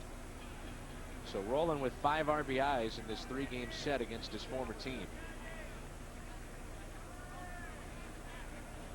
Jason Marquis now with a lead of 4-2. Well, he showed the guys how to get started. Schumacher 0 for 2 with a strikeout. Also flied to left. Rowland, after he hit that home run, the grand slam on Monday, had messages from everybody, and one of the first people to leave him a message was his surgeon, man that performed the surgeries on his shoulder, Dr. Tim Krimchek out of Cincinnati. He feels close to 100%, he said. Yeah, and good to see him play after the cold night game, another cold day game, but back-to-back games. Schumacher hits it to second and hits into a double play. He's 0 for 3, but the Cardinals plate 4 here in the 5th, and they have a lead of 4-2. Jimmy Rollins due up second when we come. So keeping your head still. Let's watch Albert Pujols. Gets the trigger mechanism just a little bit cocked to the hands, but look at how that head stays right there, right in that same box. No, very little movement. The hands explode to the point of contact because the head is still. And his hands are so good, and he trusts his hands. He can get to any pitch in any location. Well, here's the former Cardinal Abraham Nunez, a switch hitter, signed with the Phillies during the offseason, left St. Louis, and he's pinch hitting for Corey Lytle. His afternoon is through. Some believe Nunez should be the everyday third baseman, especially after what he did filling in for Rowland a year ago. Well, he's a very valuable guy because he can play all around. Hits this one out to left center. Edmonds on the move. Jimmy's got it. Took a while for him to get there, but he finally caught up to it and makes a nice play.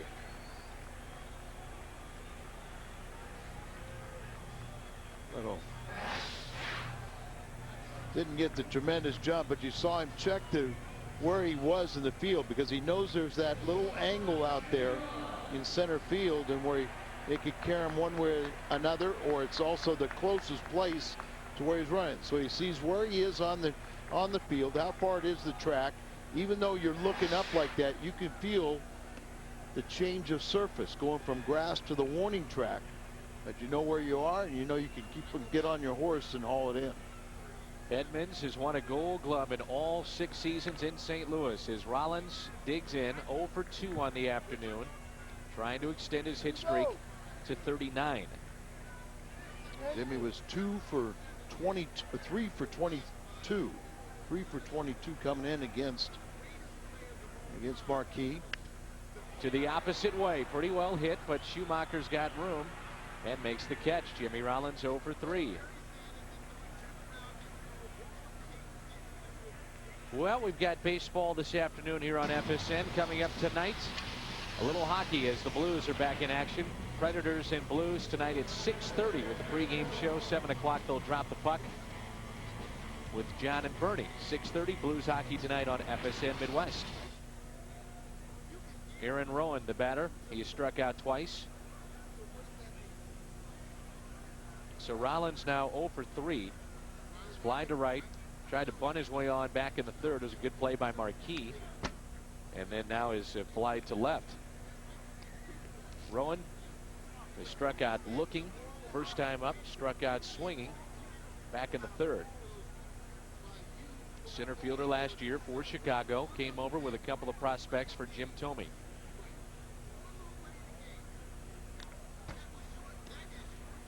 And it's no balls and 2 strikes. It's a team that finished just 1 game out of the wild card a year ago as they made an incredible push. Only 2 other teams had better records than the Phillies after May 1st, one of them St. Louis. 0-2 pitch.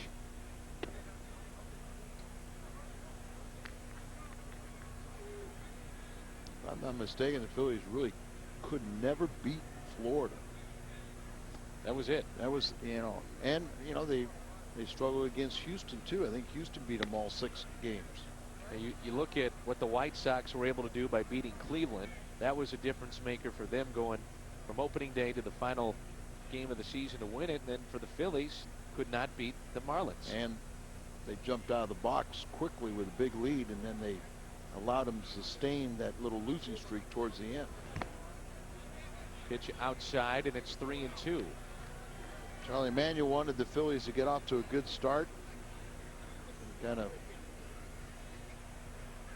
sits there and said, well, fans won't show up now because we've lost the first 2. Season's over. Hit to third. Scott Rowland is there. A couple of steps in. Over to Albert Pujols and a 1-2-3 fifth for Marquis. Cardinals and Molina. Miles and Marquis due up. It's on Tap is brought to you by Bud Light. Jeff Suppan and Greg Maddux. An opening day for the Chicago Cubs at home at Wrigley Field. We'll come your way 12:30 with the pregame show. The Fanatic having some fun with Jose Oquendo down there. So Jeff Suppan and Greg Maddux in game 1. Chris Carpenter, Carlos Zambrano game 2. Sidney Ponson against Sean Marshall in the Sunday night game at Wrigley Field this weekend. Real Cormier, our call to the bullpen, brought to you by Chevrolet. He's been going at it a long time, Al. Yeah, Cardinal draft pick, got to the big leagues, and been pitching a long time, the French Canadian.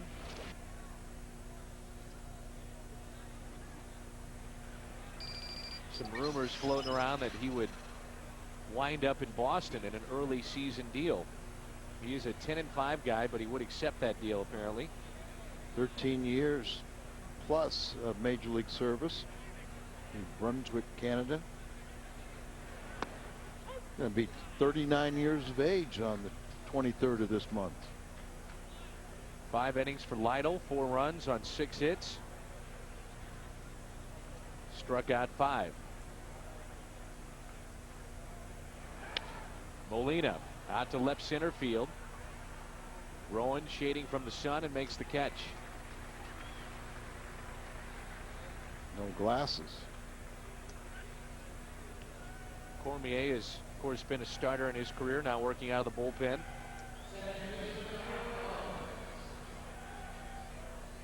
Brings in Aaron Miles. He's been on base twice. He scored a run, hit by a pitch his last time up, and then singled back in the third.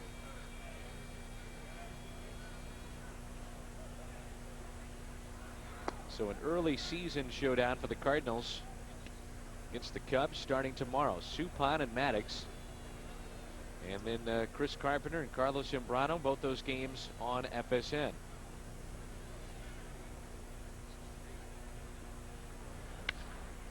Hot shot to Rollins. He couldn't handle it. And Miles is aboard for the 3rd time this afternoon. They give him a base hit, so multi-hit game. He's been on base all 3 times. Aaron Miles. And it brings in Jason Marquis. Now he got the scoring started for St. Louis last inning after Miles was hit by the pitch to start the inning. It was Marquis who hit it to the gap in left center field with an RBI double. He eventually came around to score. That RBI got it going. He's 1 for 2. And again, David Bell is cheating in at third base on the grass. And Tony just said, if you want to do that, we'll let him swing away. 4-2 Cardinals here in the 6th. Marquis fly to right his first time up. Looks at a strike on the outside corner. No activity in the Cardinal bullpen. No need yet. Lytle just kind of ran into a wall last inning.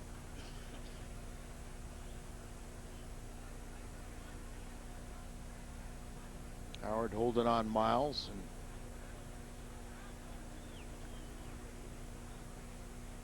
And 1-1 pitch.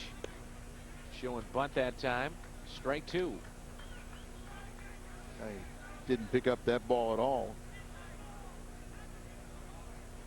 And again, the shadows could be causing some fits out there for hitters. And pitchers in the bright sunlight, and that ball halfway to the plate disappears into the shadows. 1 ball, 2 strikes on Marquis. Again, he squares and takes a ball outside. 2-2. Some pretty good competition in this starting rotation. You got the Cy Young Award winner from a year ago, and offensively the Silver Slugger Award winner and Jason Marquis. These guys compete at everything. On the field, golf, cards. Marquis back to Cormier. He bobbles, only play to go to first. Jason got his man over. That was a bullet. And Frenchie did the tough part of stabbing and snaring the hard hit ball. And when he went to throw, he lost connection with it.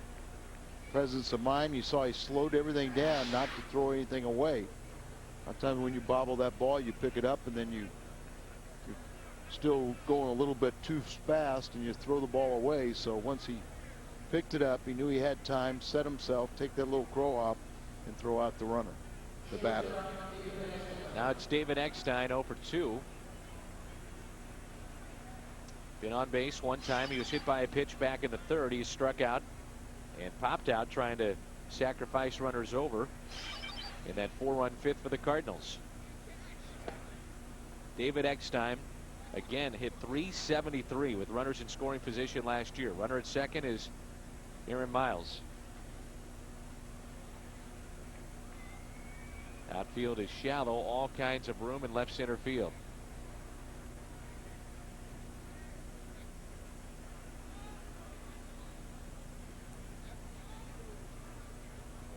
Cormier is set, and here it comes. Ground ball left side, taken by Bell. His second error of the afternoon.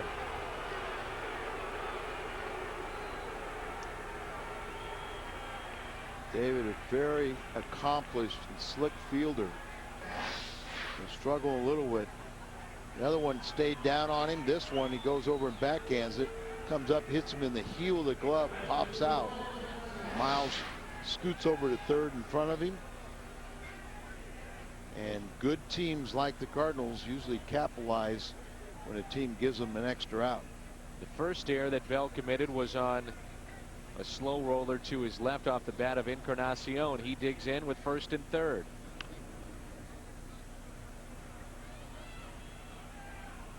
Very un-David Bell-like. A sore back, a quad problem, and trying to deal with the fans here in Philadelphia. Not an easy combination for David Bell. Pujols on deck, an 0-1 pitch.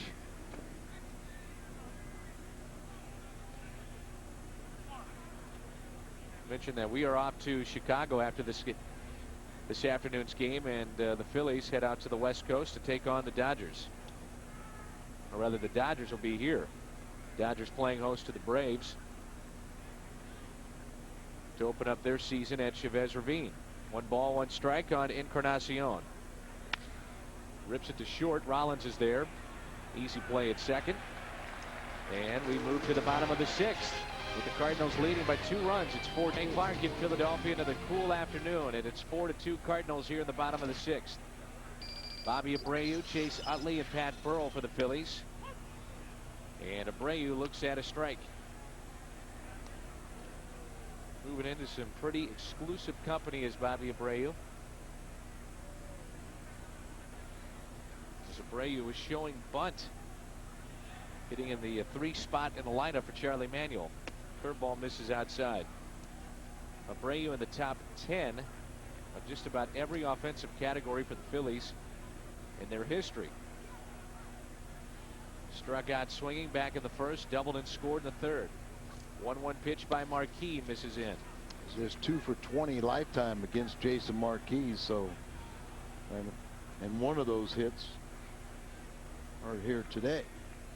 We're trying to find some way to get on. This will be pitch number 73 from Marquis on the afternoon.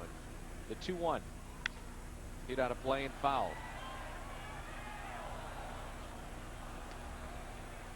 People down the right field line will stay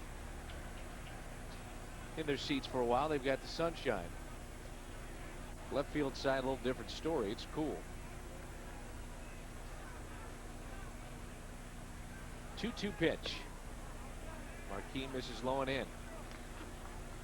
Right-hander getting loose in the pen for the Phillies.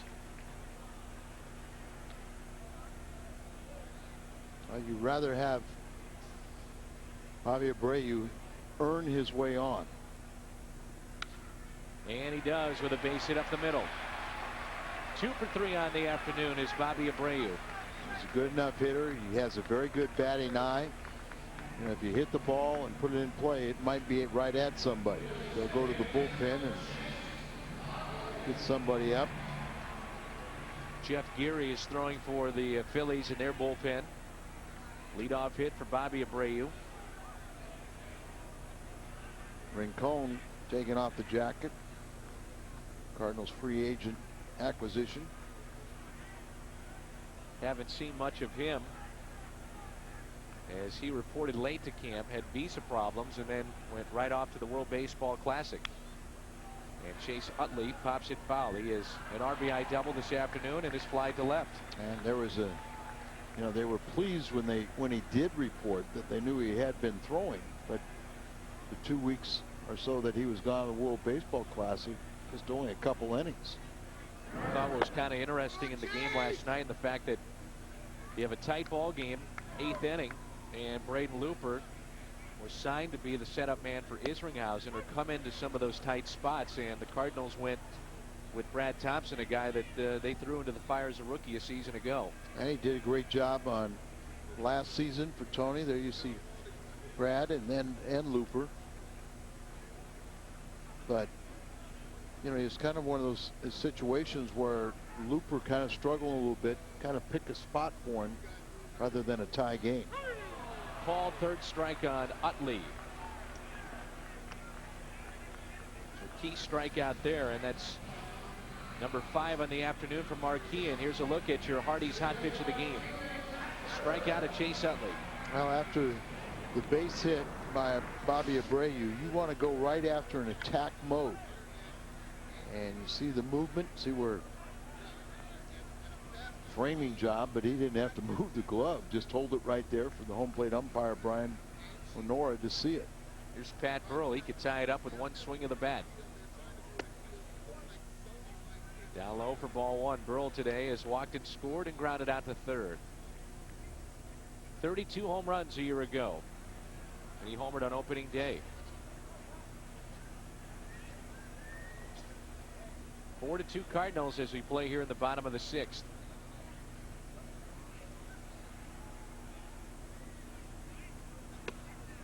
One ball, one strike. Ryan Howard is on deck. So appears to be throwing hard and good movement. It's 80 pitches this afternoon. And all the starters have hit close to that 90 pitch mark or towards spring training, so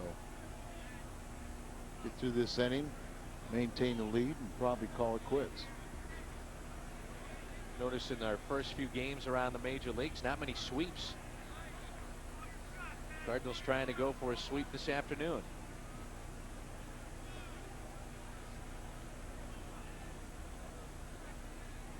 Should be a special night at Busch Stadium this evening back home in St. Louis. Team is hosting a stadium contractor appreciation event. Construction workers And bring their families down. And their families. Well, about 300 different companies represented building a new stadium with over 3,000 men and women.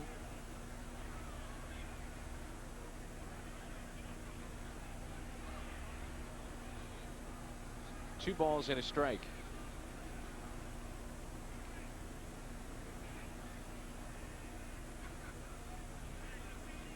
Crowd of 20,000. Riveted with every pitch. Outside. 3-1. It's like Hancock might be join Rincon. You figure Rincon is for Ryan Howard. Situational lefty, and then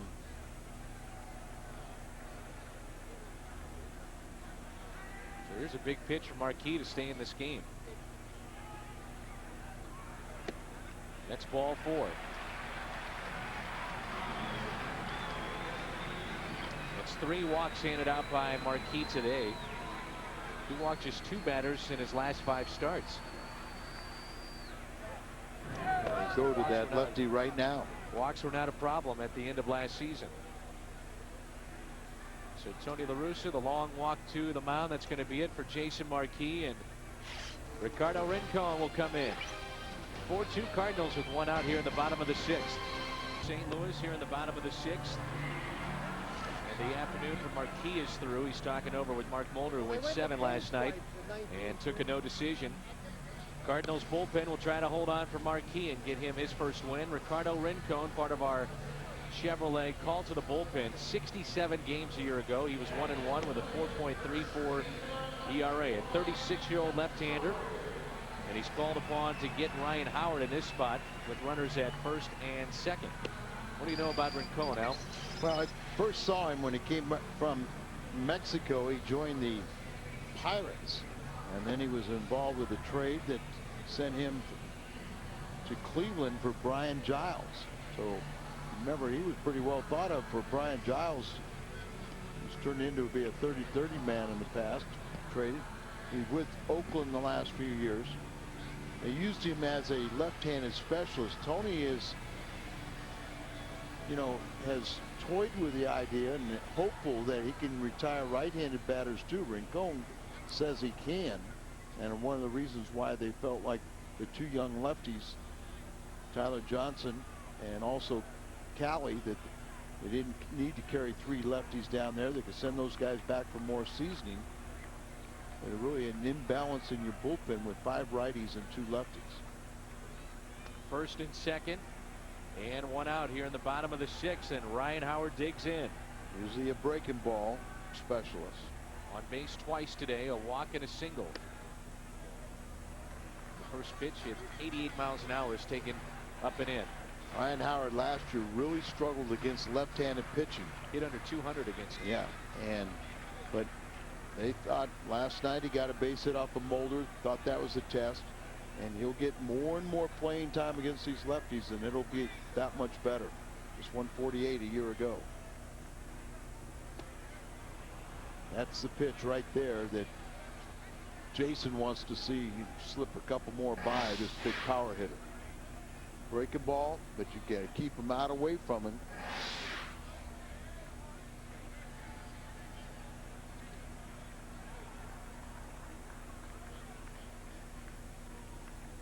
Here's a 1-1 pitch. 2-1. David Bell on deck. You know he'd love to atone for a couple of errors. He's had a rough afternoon in the field.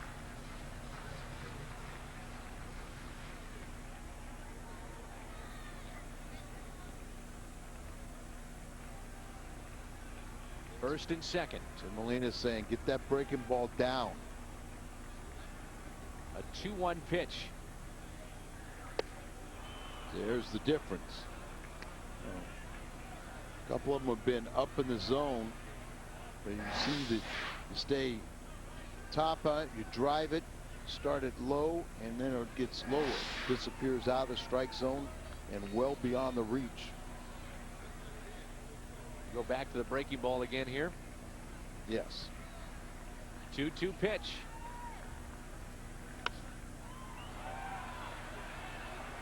Fought it off there, reached out over there. You got 2-2, you know, so you can run a ball back in on him, say the fastball inside, but you really want it, you don't want it to be a strike. You don't want to run it full count either. Jason Marquis, 5 1/3 this afternoon. 5 hits, walked 3, struck out 5. Now it's Rincon with a 2-2 pitch. Trying to get Howard to chase. That's a good pitch. Not really, because he ran it full. It's a good pitch if he chases it. That's why I say it's a good pitch. I know what you meant. He had chased it the previous 2.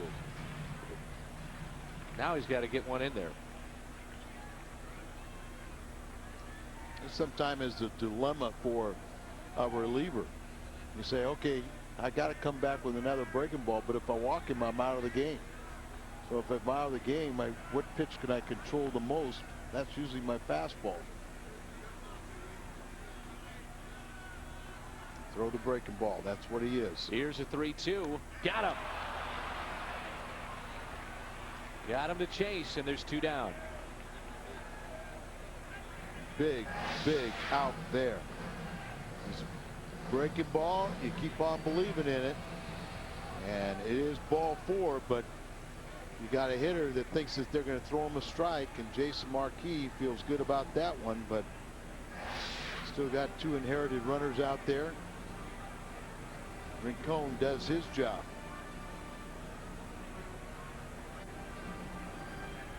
So the Cardinals will go to the right-hander, Josh Hancock. He'll come in relief of Rincon, who's in relief of Marquis. And the Cardinals trying to hold on. It's 4-2. We're in the bottom of the 6th. It's at Busch Stadium. That's April 16th. You can bring your family down, and all fans 15 and under with a paid admission receive a new era of Cardinals baseball t-shirt. It's compliments of Coca-Cola, the official soft drink of the Cardinals, and Shop and Save. Log on to STLCardinals.com for more information. 4-2 St. Louis here in the bottom half of the 6th. Runners at first and second, and 2 down. Rincon got Ryan Howard to strike out, and now it's David Bell against Josh Hancock. Last season, 11 games, a record of 1-0. And he's going to be called upon to get Mr. Bell. Spent most of last season on the disabled with a sprained right groin, Hancock. But made a start against the Cardinals 2 years ago that was outstanding at Busch Stadium. Had a lengthy relief outing against the Cardinals last year. Gets released, and the Cardinals were the only team to call him. I asked him, I said, you know, why would you pick the pitching-rich Cardinals? He had a pretty good answer. They were the only one that called me. That's it. Made his Cardinals debut Monday, gave up a double before retiring the next 2 that he faced.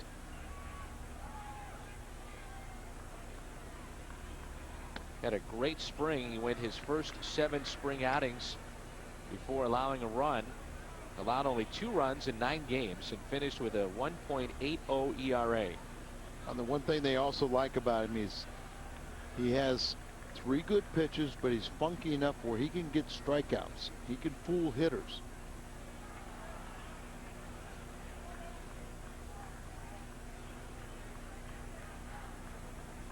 Here comes a 1-0 pitch. Tap foul, 1 ball, 1 strike. David Bell, if you're just joining us, has made 2 errors today. He's been hearing the boos from the hometown fans. Did have a home run last night.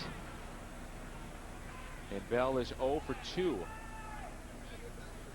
So the boos were raining down on David Bell.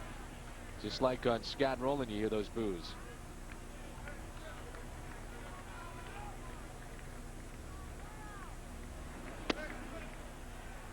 Been a lot of star players in this town that have heard the boos too.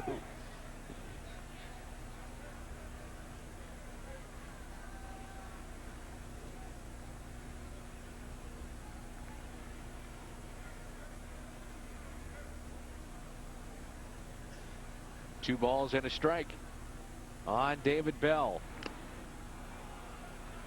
2-2. Got a piece of it. Molina couldn't hold on.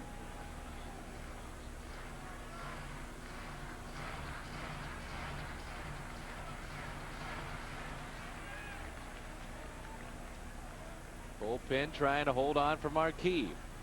What a lift would this inning be. One for Tony to build more and more confidence in this bullpen that he thinks is going to be just fine. 2-2 pitch. Ground ball left side. Eckstein goes to second to Miles. And some boos for David Bell.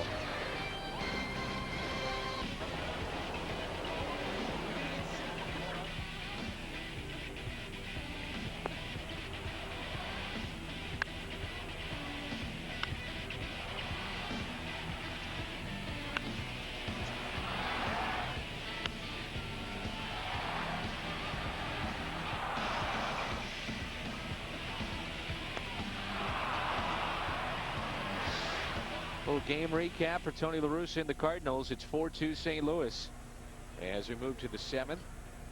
And the first man that Jeff Geary will face is Albert Pujols. Geary, the third pitcher used by the Phillies today. And Albert skies one right side and out of play. Pujols this afternoon has popped out to short, walked in the third, picked up an RBI single up the middle and scored a run, part of a 4-run 5th inning for the Cardinals. Jeff Geary, we saw him last night, pitched a scoreless frame, record of 2-1 in 40 appearances a year ago. Albert out to right center field. Abreu is there for the first out. This is our Hyundai long drive inning, brought to you by your local Hyundai dealers. The Cardinals hit a home run in their half of the inning, then you will be placed in a drawing to win a free Hyundai, so register to win. Here's Jim Edmonds. He struck out twice and has an RBI base hit. Need to get Jim going. 2 hits, 2 RBIs, so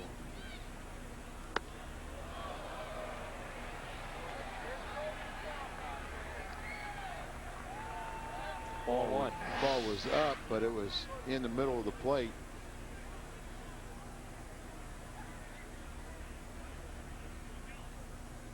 Back might have been reaction of falling back, and he might have been thinking he's going to get a pitch out over the plate. No activity in the Cardinals bullpen as Hancock is a third pitcher used by the Redbirds. Rincon faced one man. Ryan Howard struck him out, and Jason Marquis is in line for the win if the Cardinals can hold on, as he pitched 5 1/3. Hit to short. 2 outs. Heading to Wrigley after this afternoon's game. Jeff Suppan and Greg Maddux tomorrow will come your way at 12:30. The Cardinals and the Cubs. Cardinals on deck at 12:30 tomorrow afternoon. Here's Scott Rowland. He picked up an RBI base hit. A real good at bat his last time up. We're talking about sweeps, which the Cardinals are trying to do in this first series at Philadelphia. Milwaukee swept the Pirates first 3 games. To me, they're going to be I don't know if you can say a surprise, because a lot of people have been talking about them, but a lot of young players, it's going to be tough for them to get over that hump to be a championship team. It's going to take a little bit. Now you take small baby steps. Their first baby step they accomplished last year, getting over 500. And can they do it with these very talented but young team, as you said? Pulled foul by Rowland. Jimmy Rollins will be due up third, coming up in the Phillies half of the 7th. Very well could be his final at bat as he tries to extend his hit streak to 39. He's over 3 today.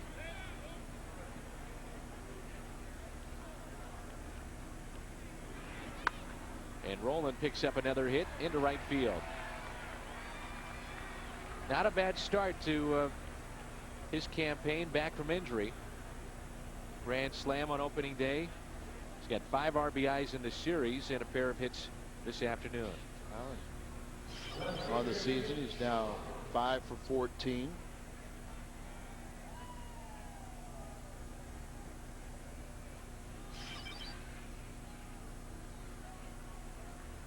And here's Skip Schumacher with 2 down. Fastball in there for a strike. Skip Schumacher is hit into a double play. He is struck out and he's flied to left.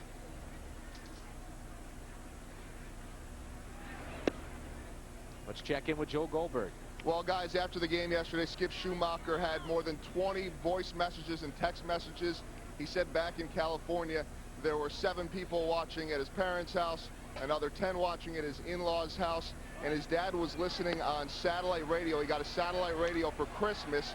He was working last night, was thrilled along with his coworkers in the office, and that home run ball will be going to his dad in California. That's great, as they were able to retrieve that. His first ever home run in the big leagues, now an RBI opportunity after the stolen base by Scott Rowland. 2 balls and a strike on Schumacher, playing left field this afternoon. Back to the pitcher. Geary has got it, steps and throws, and it's time to stretch. Jimmy Rollins, can he extend it? We're going to find out when we come back. 4-2 Cardinals. The major leagues with the FSN Baseball Report. We're covering every team all season long with highlights, interviews, and analysis that you won't get anywhere else. It's the FSN Baseball Report. Tomorrow at 6, only here on FSN Midwest. So we have Cardinal baseball for you at 12:30. And then the FSN Baseball Report following. 4-2 to Cardinals leading Philadelphia. Going for the sweep. Josh Hancock still in there. He'll face Mike Lieberthal to start things off. Kind of play around a little bit, manage with Tony. And not that you're surprised that Hancock is back out there, because the one thing they know about him is he can go multiple innings. But Izzy threw a lot of pitches last night. Braden Looper didn't have the best springs, but I think they all feel that he threw the ball well and potentially could close out games that say Izzy's not available. He has not made his 06 appearance. You saw Flores there throwing behind. Well, they've got DeLucci on deck. Would you want to burn Flores on DeLucci when you know you may have to get Howard one more time? Well, you see Izzy there, so I mean, he appears by stretching there that you would think that he's available today, Isringhausen. I think if you got 7 relievers down there, you've got to mix and match, and you got to play around with it. Brought up an interesting point in our ball game last night. The fact is that the Cardinal starters go deep into games, and it's tough to get innings for the bullpen to keep guys sharp. That is my only concern. Is it worth carrying that 12th pitcher or 7th reliever to protect you for what usually is going to be one game every 2 weeks? Right. Count of 3-2 on Mike Lieberthal. Hit into a double play and has an RBI double. And a leadoff walk. Not what you want to do. Hancock's first man that he saw was David Bell. Got him to hit into a fielder's choice to end the 6th. And Lieberthal starts things off with a walk. Now it's David DeLucci off the bench. Acquired just on Sunday in a trade, but noted as a pretty good bench player and pinch hit specialist. Phillies have already used Abraham Nunez off their bench. Switch hitter. Jimmy Rollins moves to the on-deck circle. Big at bat coming up for him. Strike 1 for Hancock. Interesting thing, you're in the 7th inning, so you got 3 more innings here, but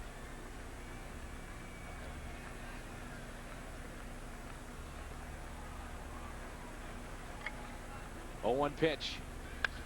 DeLucci out to right center field. Edmonds over to get it. And back to first base is Mike Lieberthal, and here comes Rollins. He was down to a 3-0 count on opening day in his final at bat and extended it. This very well could be his final at bat. Today, this is what he has done. On the first pitch he saw, he flew to right to Juan Encarnacion. Then he tried to bunt his way on. A good play here, barehanded by Marquis. And then he flied to left. A good play by Edmonds in left center. The talk of baseball right now, this hitting streak. 36 games to end last season, and then the first 2 of this year. Trying to equal Paul Molitor's 39-game hitting streak. Tie the Hall of Famer. 1 out. Runner at first base. Cardinals trying to pick up a sweep. Rollins trying to pick up number 39. Some of the fans on their feet.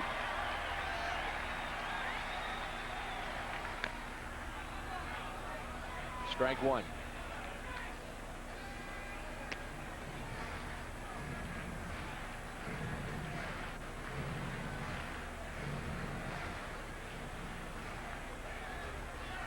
Scott Rowland well off the line, even with the bag. Outfield is straight away for Rollins with his terrific speed. The 0-1 pitch. Rollins out to center. Will be handled by Edmonds, and he is 0 for 4, and he very well could be done with the streak. See the fans appreciate it, realizing it could be over. We're still in a very, very close game, and the Phillies still trying to look for their first victory.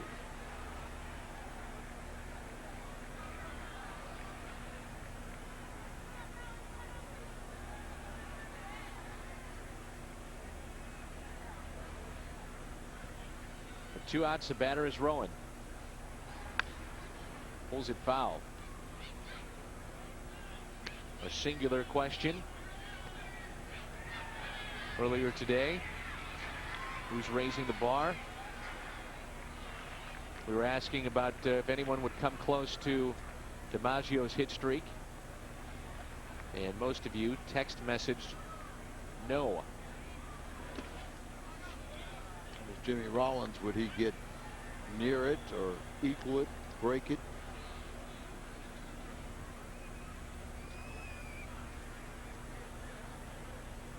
No, Hancock walked the first man. He's done his job of getting a couple outs.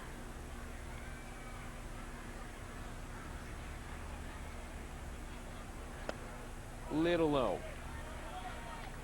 Count runs at 2 balls and a strike on Aaron Rowan.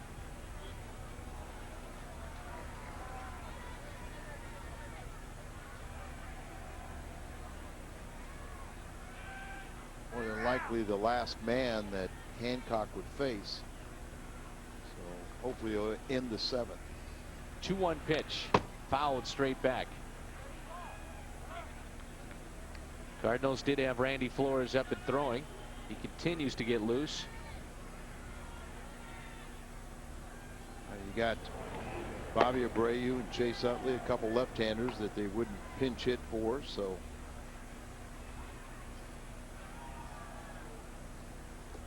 will he face them this inning or next?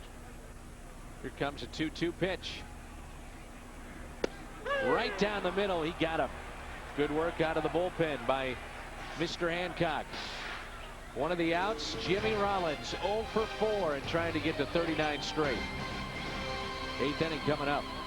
Brin, one of 3 lefties out of the bullpen for the Philadelphia Phillies. It's Aaron Fultz. They've already used Cormier and Geary, and the starter was Corey Lytle, who went 5 innings. Cormier a scoreless inning in his relief work, and Geary as well. And now here's Aaron Fultz. 62 games he appeared in a year ago with a 4-0 record, and here's Yadier Molina.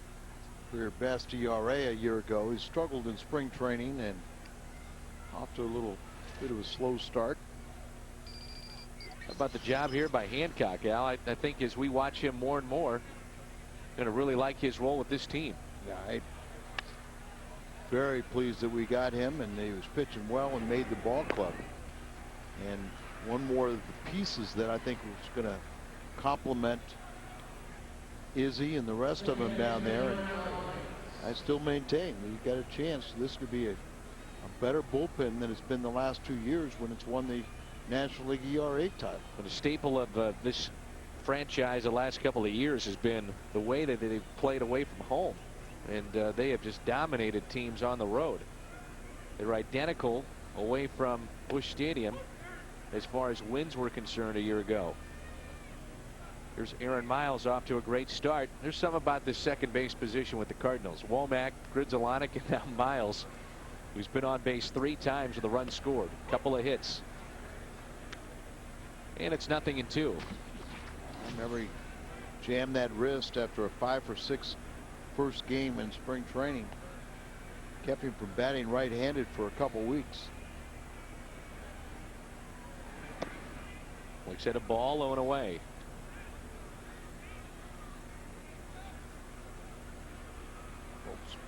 Born in Memphis, Tennessee, makes his home now in Alabama.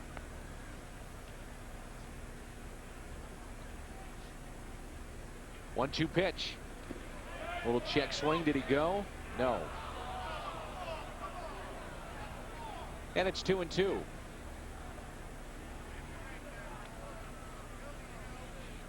See what Aaron Miles did. .234 hitter a year ago from this side of the plate. So Taguchi is waiting on deck. Flores will come in and start the inning. Face a couple left-handers. Abreu and Utley. It's a good question, though, as to whether or not Jason Isringhausen, early in the season, cold weather, a lot of pitches last night, if the Cardinals feel they can bring him back today.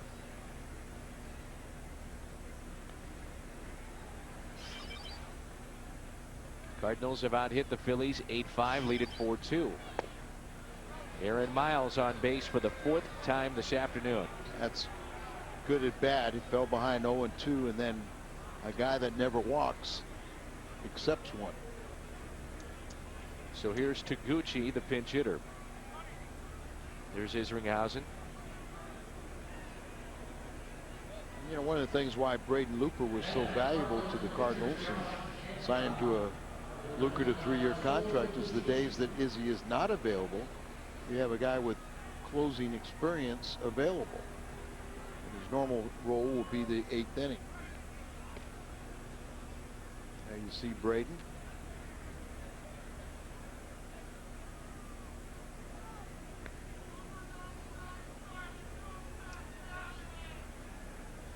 Brad Thompson last night getting those key outs in the 8th.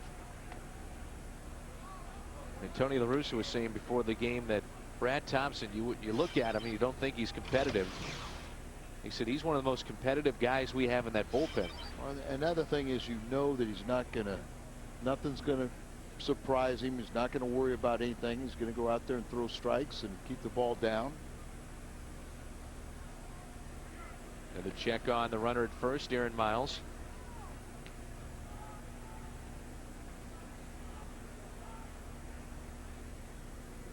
Gucci very valuable, and you know, obviously he could play in the field and start against some of these guys, but coming off the bench.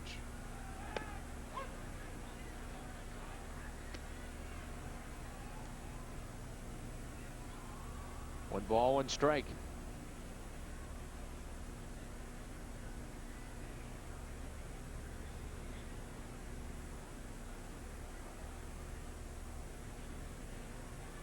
I read Dave Duncan's lips correctly on that shot we had. It looked like they were discussing Braden Looper. Well, you know, you saw the same thing, didn't you? Yeah, Looper didn't have the best springs, and you know, they're a little concerned. I think everybody feels that he's healthy. He told me, you know, he's just been distracted by the big picture instead of refining concentration. And a swing and a miss by So Taguchi. He strikes out. I don't often see So have that type of bat, but you know, you get the first couple left-handers go to Flores, but after that, you know, you bring in Braden, finish the 8th inning, or do you know, Flores is the type of lefty that can very accomplished to get some right-handed batters out. Try and make it a less pressure situation, or give a little more of a leeway to Braden Looper. Here's David Eckstein. Looks at a strike on the outside corner. The Cardinal leadoff man has been hit by a pitch, reached on an error. He struck out and popped out trying to sacrifice back in the 5th. Don't be fooled. Braden Looper is going to be a big part of this bullpen. Well, put it this way, if the Cardinals are going to win, he's going to have to. Oh, look at the late steal there, and double clutching by Lieberthal. I thought Scott Rowlands was a little bit of a double steal, the late steal also last inning. You see where he takes his secondary leads and then he takes off. The idea here, Al, is to catch everybody napping, and that's what he did. Yeah, and sometimes those middle infielders, you know, they see he doesn't run initially, so they don't go to the bag. Lieberthal kind of double clutch. Was that because no one was at the bag? Usually, the catcher just goes ahead and throws. And if the guy's not there, then, you know, it's not his fault. Eckstein shoots it foul. You just don't see many big leaguers doing that. But you know, the Cardinals, you look back at last season, all the hit and runs, the squeeze plays, and just the little things that make them a winning ball club. Delayed steals, and that's a big run out there if they can bring him in. Huge run. Because this is, ballpark plays very small. Philly's got several thumpers that can hit the ball out of the ballpark. Mentioned those thumpers. You've got Abreu and Utley coming up, and Pat Burrell and Ryan Howard. So still a long way to go. Think about it. So important the 8th inning here, because if you do your job 1, 2, 3, you can make it a very much easier job for the 9th inning. Eckstein stays away from a very good pitch on the outside corner. 2-2.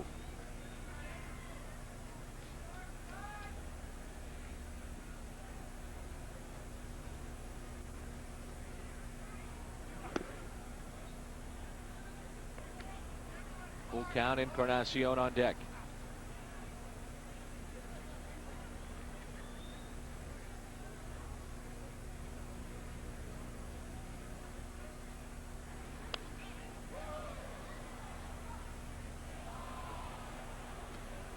David up there battling. Doesn't have a hit today, but he was hit by a pitch and reached on an error. Cardinals, Al, used that 4-run 5th to take this 4-2 lead. They battled back. Eckstein chops it back to the pitcher. Howard is there, steps on the bag, and the Cardinals are through in their half of the 8th. Abreu, Utley, and Burrow coming up. Recap, and we're going to take you back, if you're just joining us, to the Cardinals half of the 5th.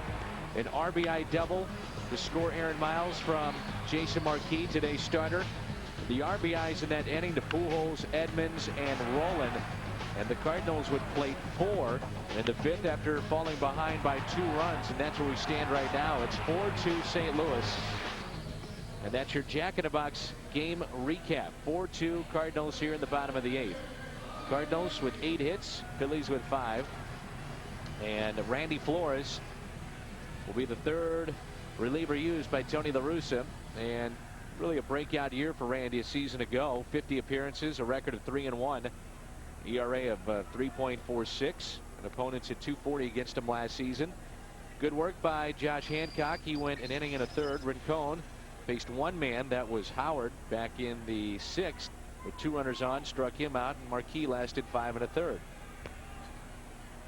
And very interesting to see in a tight ball game here in the 8th. It's Brad Thompson up getting loose. Well, first 2 hitters are left-handed swingers.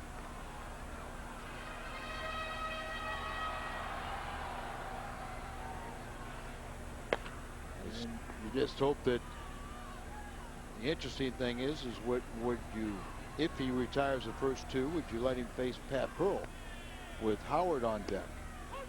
Good pitch. 0-2 the count.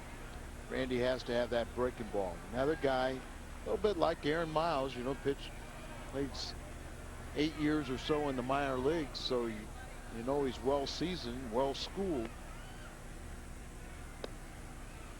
Ooh, good pitch. No balls, or rather 1 ball and 2 strikes here on Bobby Abreu. Abreu this afternoon doubled and scored back in the 3rd, a single in the 6th, then struck out looking his first time up.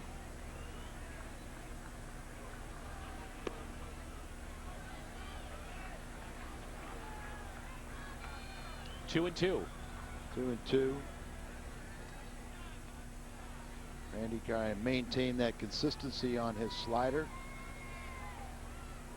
here's that pitch.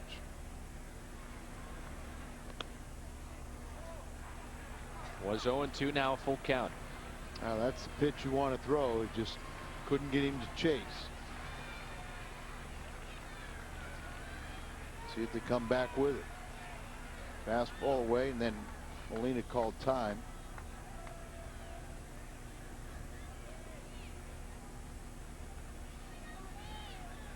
See if he rethought that pitch. There's a slider. 3-2. Hit out of play and foul.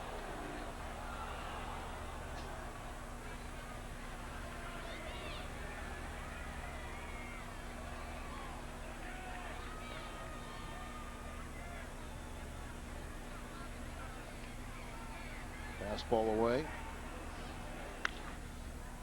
Pulled to the second baseman, Miles, for the first out. Big out. You tire that first man. 8th and 9th inning. A lot more difficult to score. Well, we saw last night with Isringhausen, he would wind up getting Abreu the first out, and then it was Burrell that got the single. Utley would ground out, and then back-to-back walks with the bases loaded, but eventually Isringhausen saved the game. You know, barring a home run pitch, you know, you usually don't give up 3 and 4 hits to where you have to put them together, string them together to get that base hit. There he starts them off with a breaking ball, slider.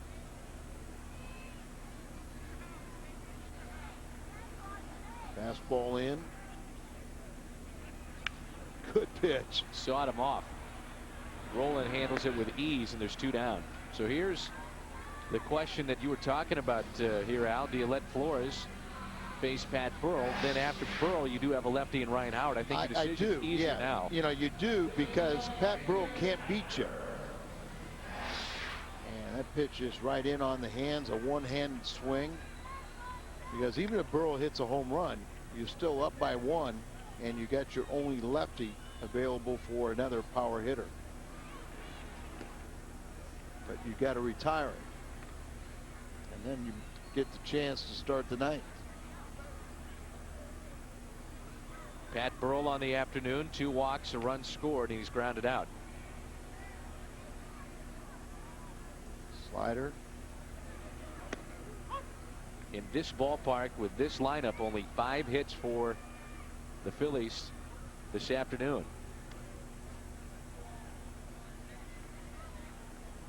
You know, 5 of them came off of Marquis. And last night only 8. It was pretty good pitching. Pulled the string there. Slower breaking ball. Had him way out in front. Inside fastball, but make sure it's in. And it is. And it's a count of 2 balls, 2 strikes. That is a pitch that has really changed, because guys down are afraid and in. Well, you know. Wow. That's pitching. That is pitching.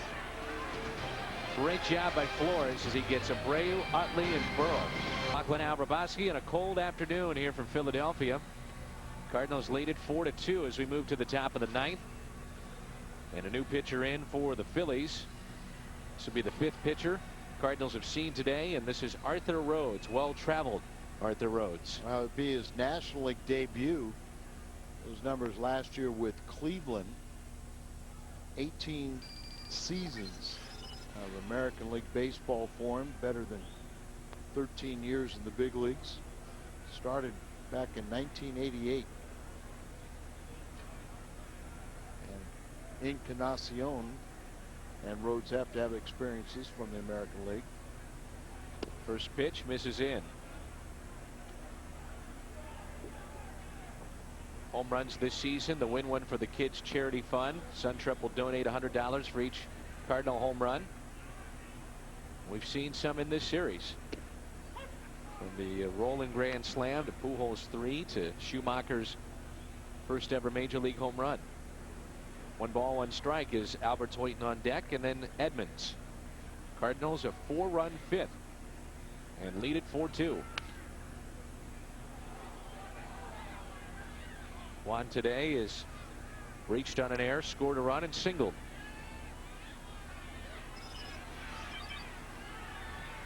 Arthur Rhodes traded to the Phillies for Jason Michaels in late January this offseason. Outfielder is getting regular playing time now with Cleveland. Arthur's been with Baltimore, Seattle, Cleveland, and now the Phillies. And Oakland in between. Seattle and Cleveland. And for a brief time, Pittsburgh. Never played with him, though. Yeah, never played with him. Never made. He has pitched twice in his career against the Cardinals, allowing 6 earned runs in 2 1/3 innings. He's with Pittsburgh.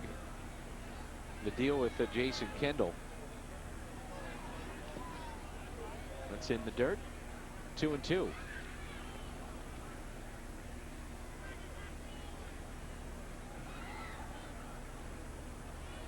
At one point, some felt he was good enough to be a closer.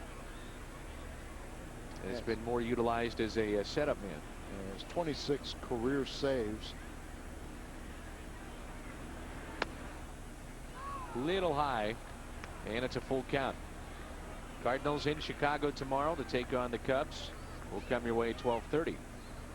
Oakland tried him as a closer back in 04. Didn't work out. 3-2 pitch. Encarnacion out to left field, and it's a leadoff hit.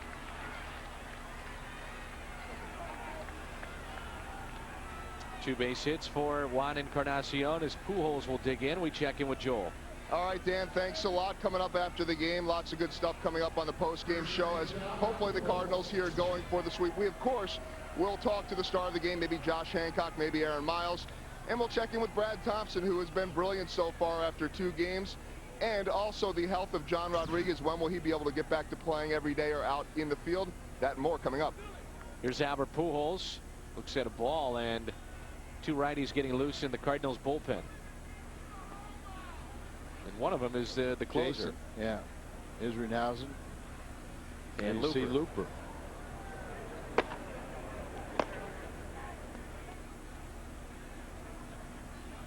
Pujols this afternoon, an RBI single and a run scored in that 4-run 5th. He's fly to right, he's walked, and he's popped out to short. Short lead at first, and Albert looks at ball 2.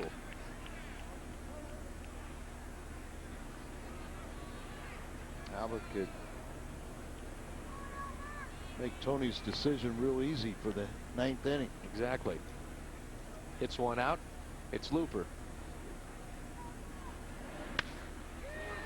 And singles to the left side. 2 for 4 on the afternoon. Great start yet again for Pujols. 5 for 9 in this series. Highlighted Albert's head and how very little movement, just stays right on pitches. Boy, that's just picture perfect. And the batter will be Edmonds. He singled in the 5th, got an RBI. He's grounded to short, struck out twice. One of those times with the bases loaded back in the 3rd. Corey Lytle made the start for the Phillies. He lasted 5 innings, allowed the 4 runs that the Cardinals put up. We've seen Cormier, Geary, Fultz, and now Rhodes.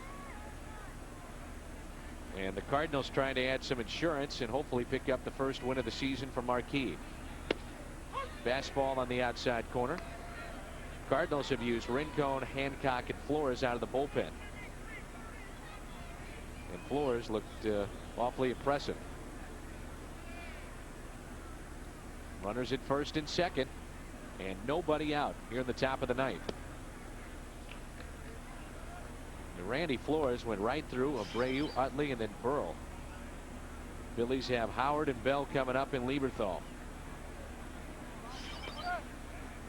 Edmonds just 1 for 10 with a strikeout against Arthur Rhodes.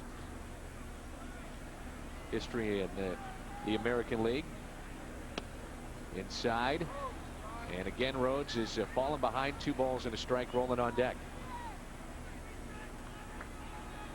Kind of looks a little out of sync, doesn't he? Just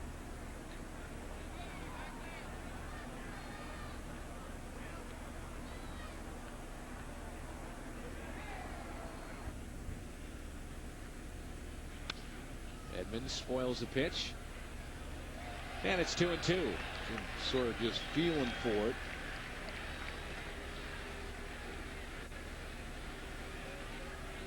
An RBI back in the 5th, number 1,000 in the career of Jim Edmonds.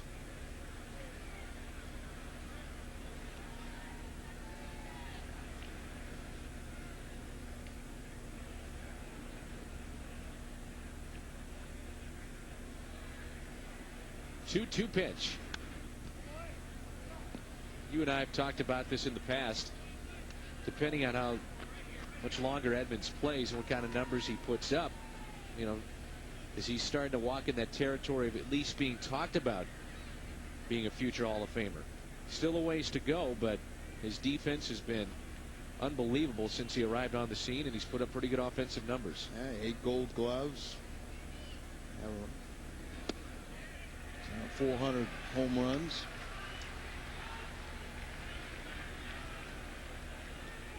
And it's the first strikeout for Rhodes, and now it's Scott Rowland.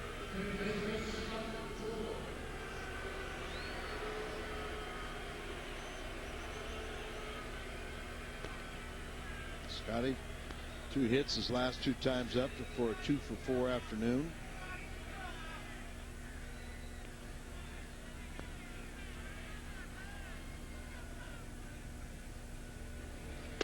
Tony La Russa has talked about this guy being a future Hall of Famer, Scott Rowland. If he could put up healthy seasons and numbers for 5 or 6 more years, he thinks he's in. And some believe he's the best. Yeah, and some believe he's the best ever defensively. But you're right, longevity is the key. Just trying to stay healthy.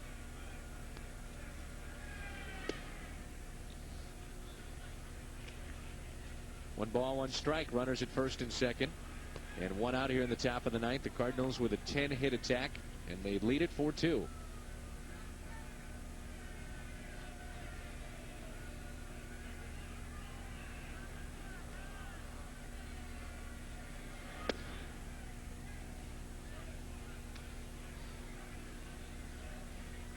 Most of the field covered in shadows.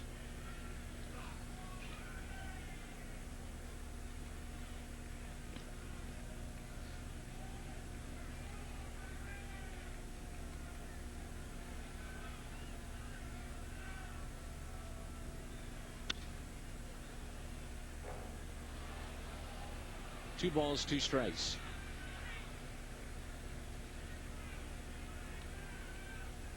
All out to talk to his veteran pitcher, 36 years of age, turned 37 on October 24th.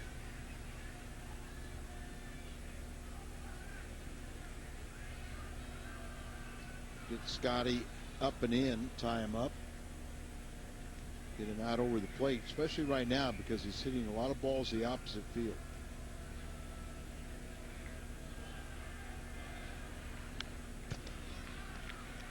Up in his eyes. Scott Rowland with 5 hits in this series and 5 RBIs. That was a slider that was up there that didn't do much, but Scott eyes lit up on it.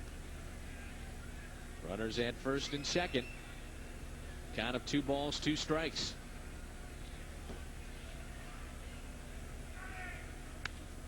That time they got in and he fought it off. That's where been wanting it to go.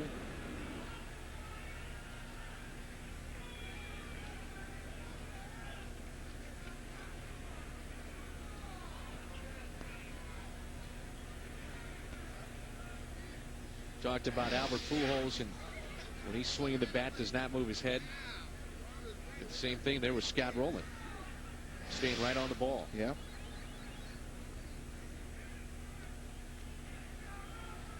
Here comes a 2-2 pitch.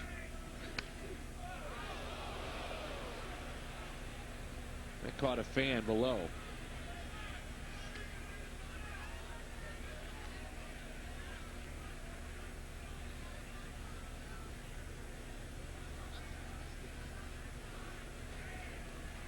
The fan's all right. Yeah, appears to be okay. Pujols, a runner at first base. Encarnacion led off the inning with a single. He's at second. And they get rolling looking. Not sure Scott agreed with the call, but I think Scott thought this ball was inside. Pretty good pitch.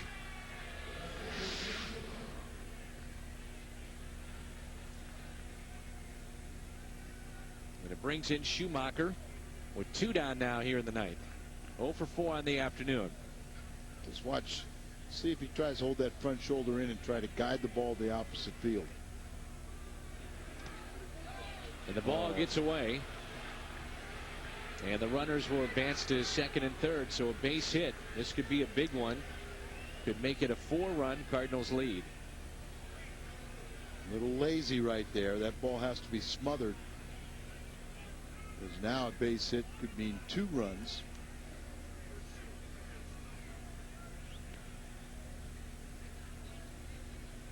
Both Looper and Isringhausen are still getting loose in the bullpen. A 1-0 pitch from Arthur Rhodes. And Schumacher bunts it back to him. And nearly collided with Howard.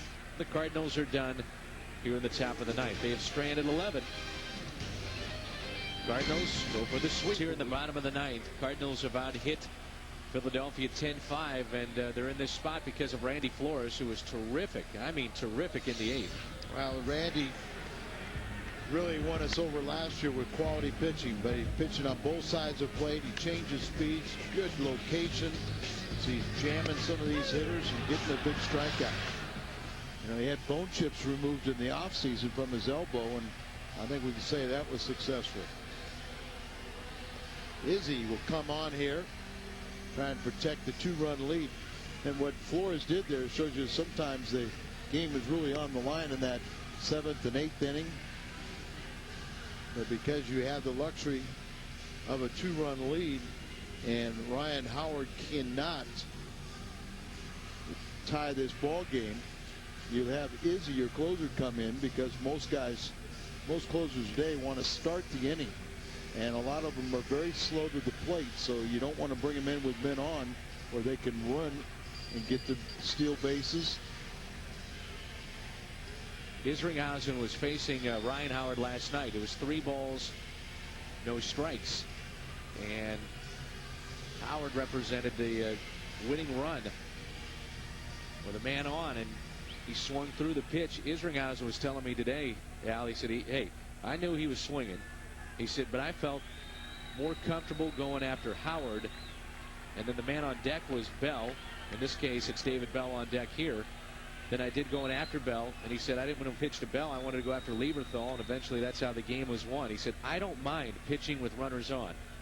He said, I like to pitch when I feel comfortable. And against people I feel comfortable against. Well, he had to pitch with men on base yesterday because he put them on. That's right. Rare time where he gave up a hit and back-to-back walks, or a couple walks in the inning.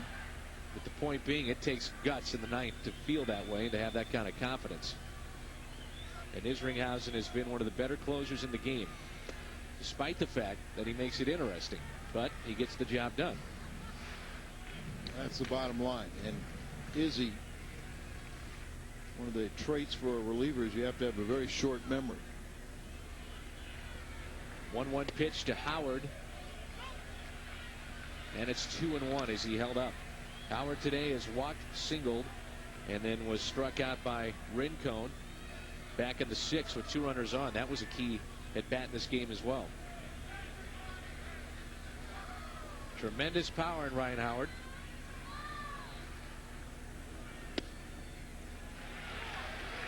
And it's 3-1.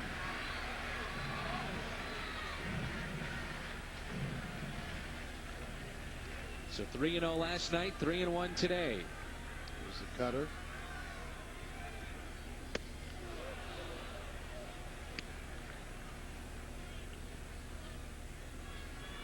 same thing last night.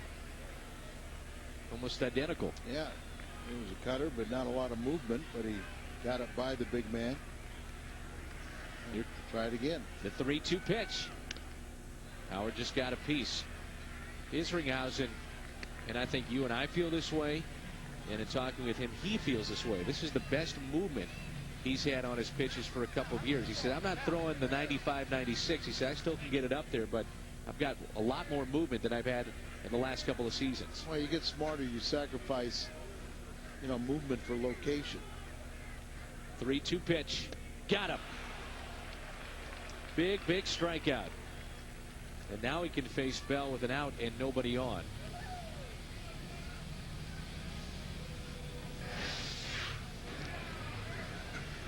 That's his cutter, and just a little sharp little late break. Just enough to disappear a little bit. Trying to hit a round spear with a round bat. Most difficult thing in sports. Now it's Bell. Isringhausen said one of the reasons it's tough to pitch to David is that he kind of leans over the plate, and it can neutralize his cutter in his mind.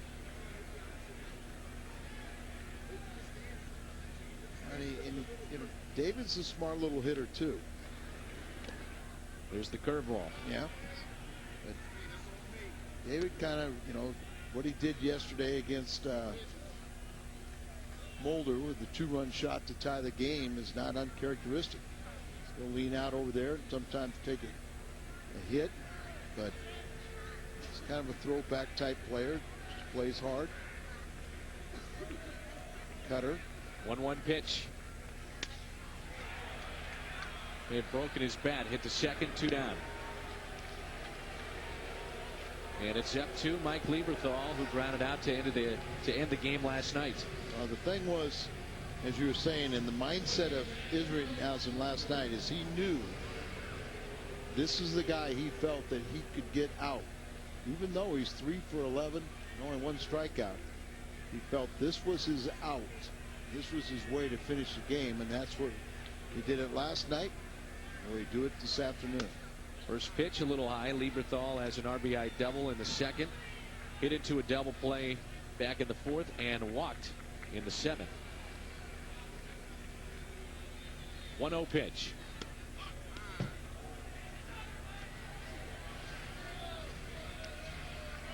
It's 2 fastballs. His first 2 pitches. Balls behind the count, 2-0. Lieberthal trying to extend the game to DeLucci, who's on deck. He was a pinch hitter back in the 7th and stayed in the game. 2 balls and a strike. Consider how this first series has gone. If the Cardinals can wrap it up, what a way to start the year. Cutter. Broke his bat, hit left side. Roland is there to his left, and the Cardinals have a sweep. They're 3-0 to start 2006. Another save for Isringhausen, his second. Marquis is 1-0, and the Cardinals sweep the Phillies. Not a bad way to start, partner. Now you start on the road.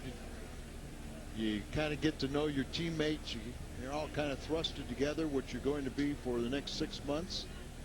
And when you can win these games on the road, you just build that confidence. Let's take a look at our Budweiser play of the game. Defensively, it comes from Jim Edmonds.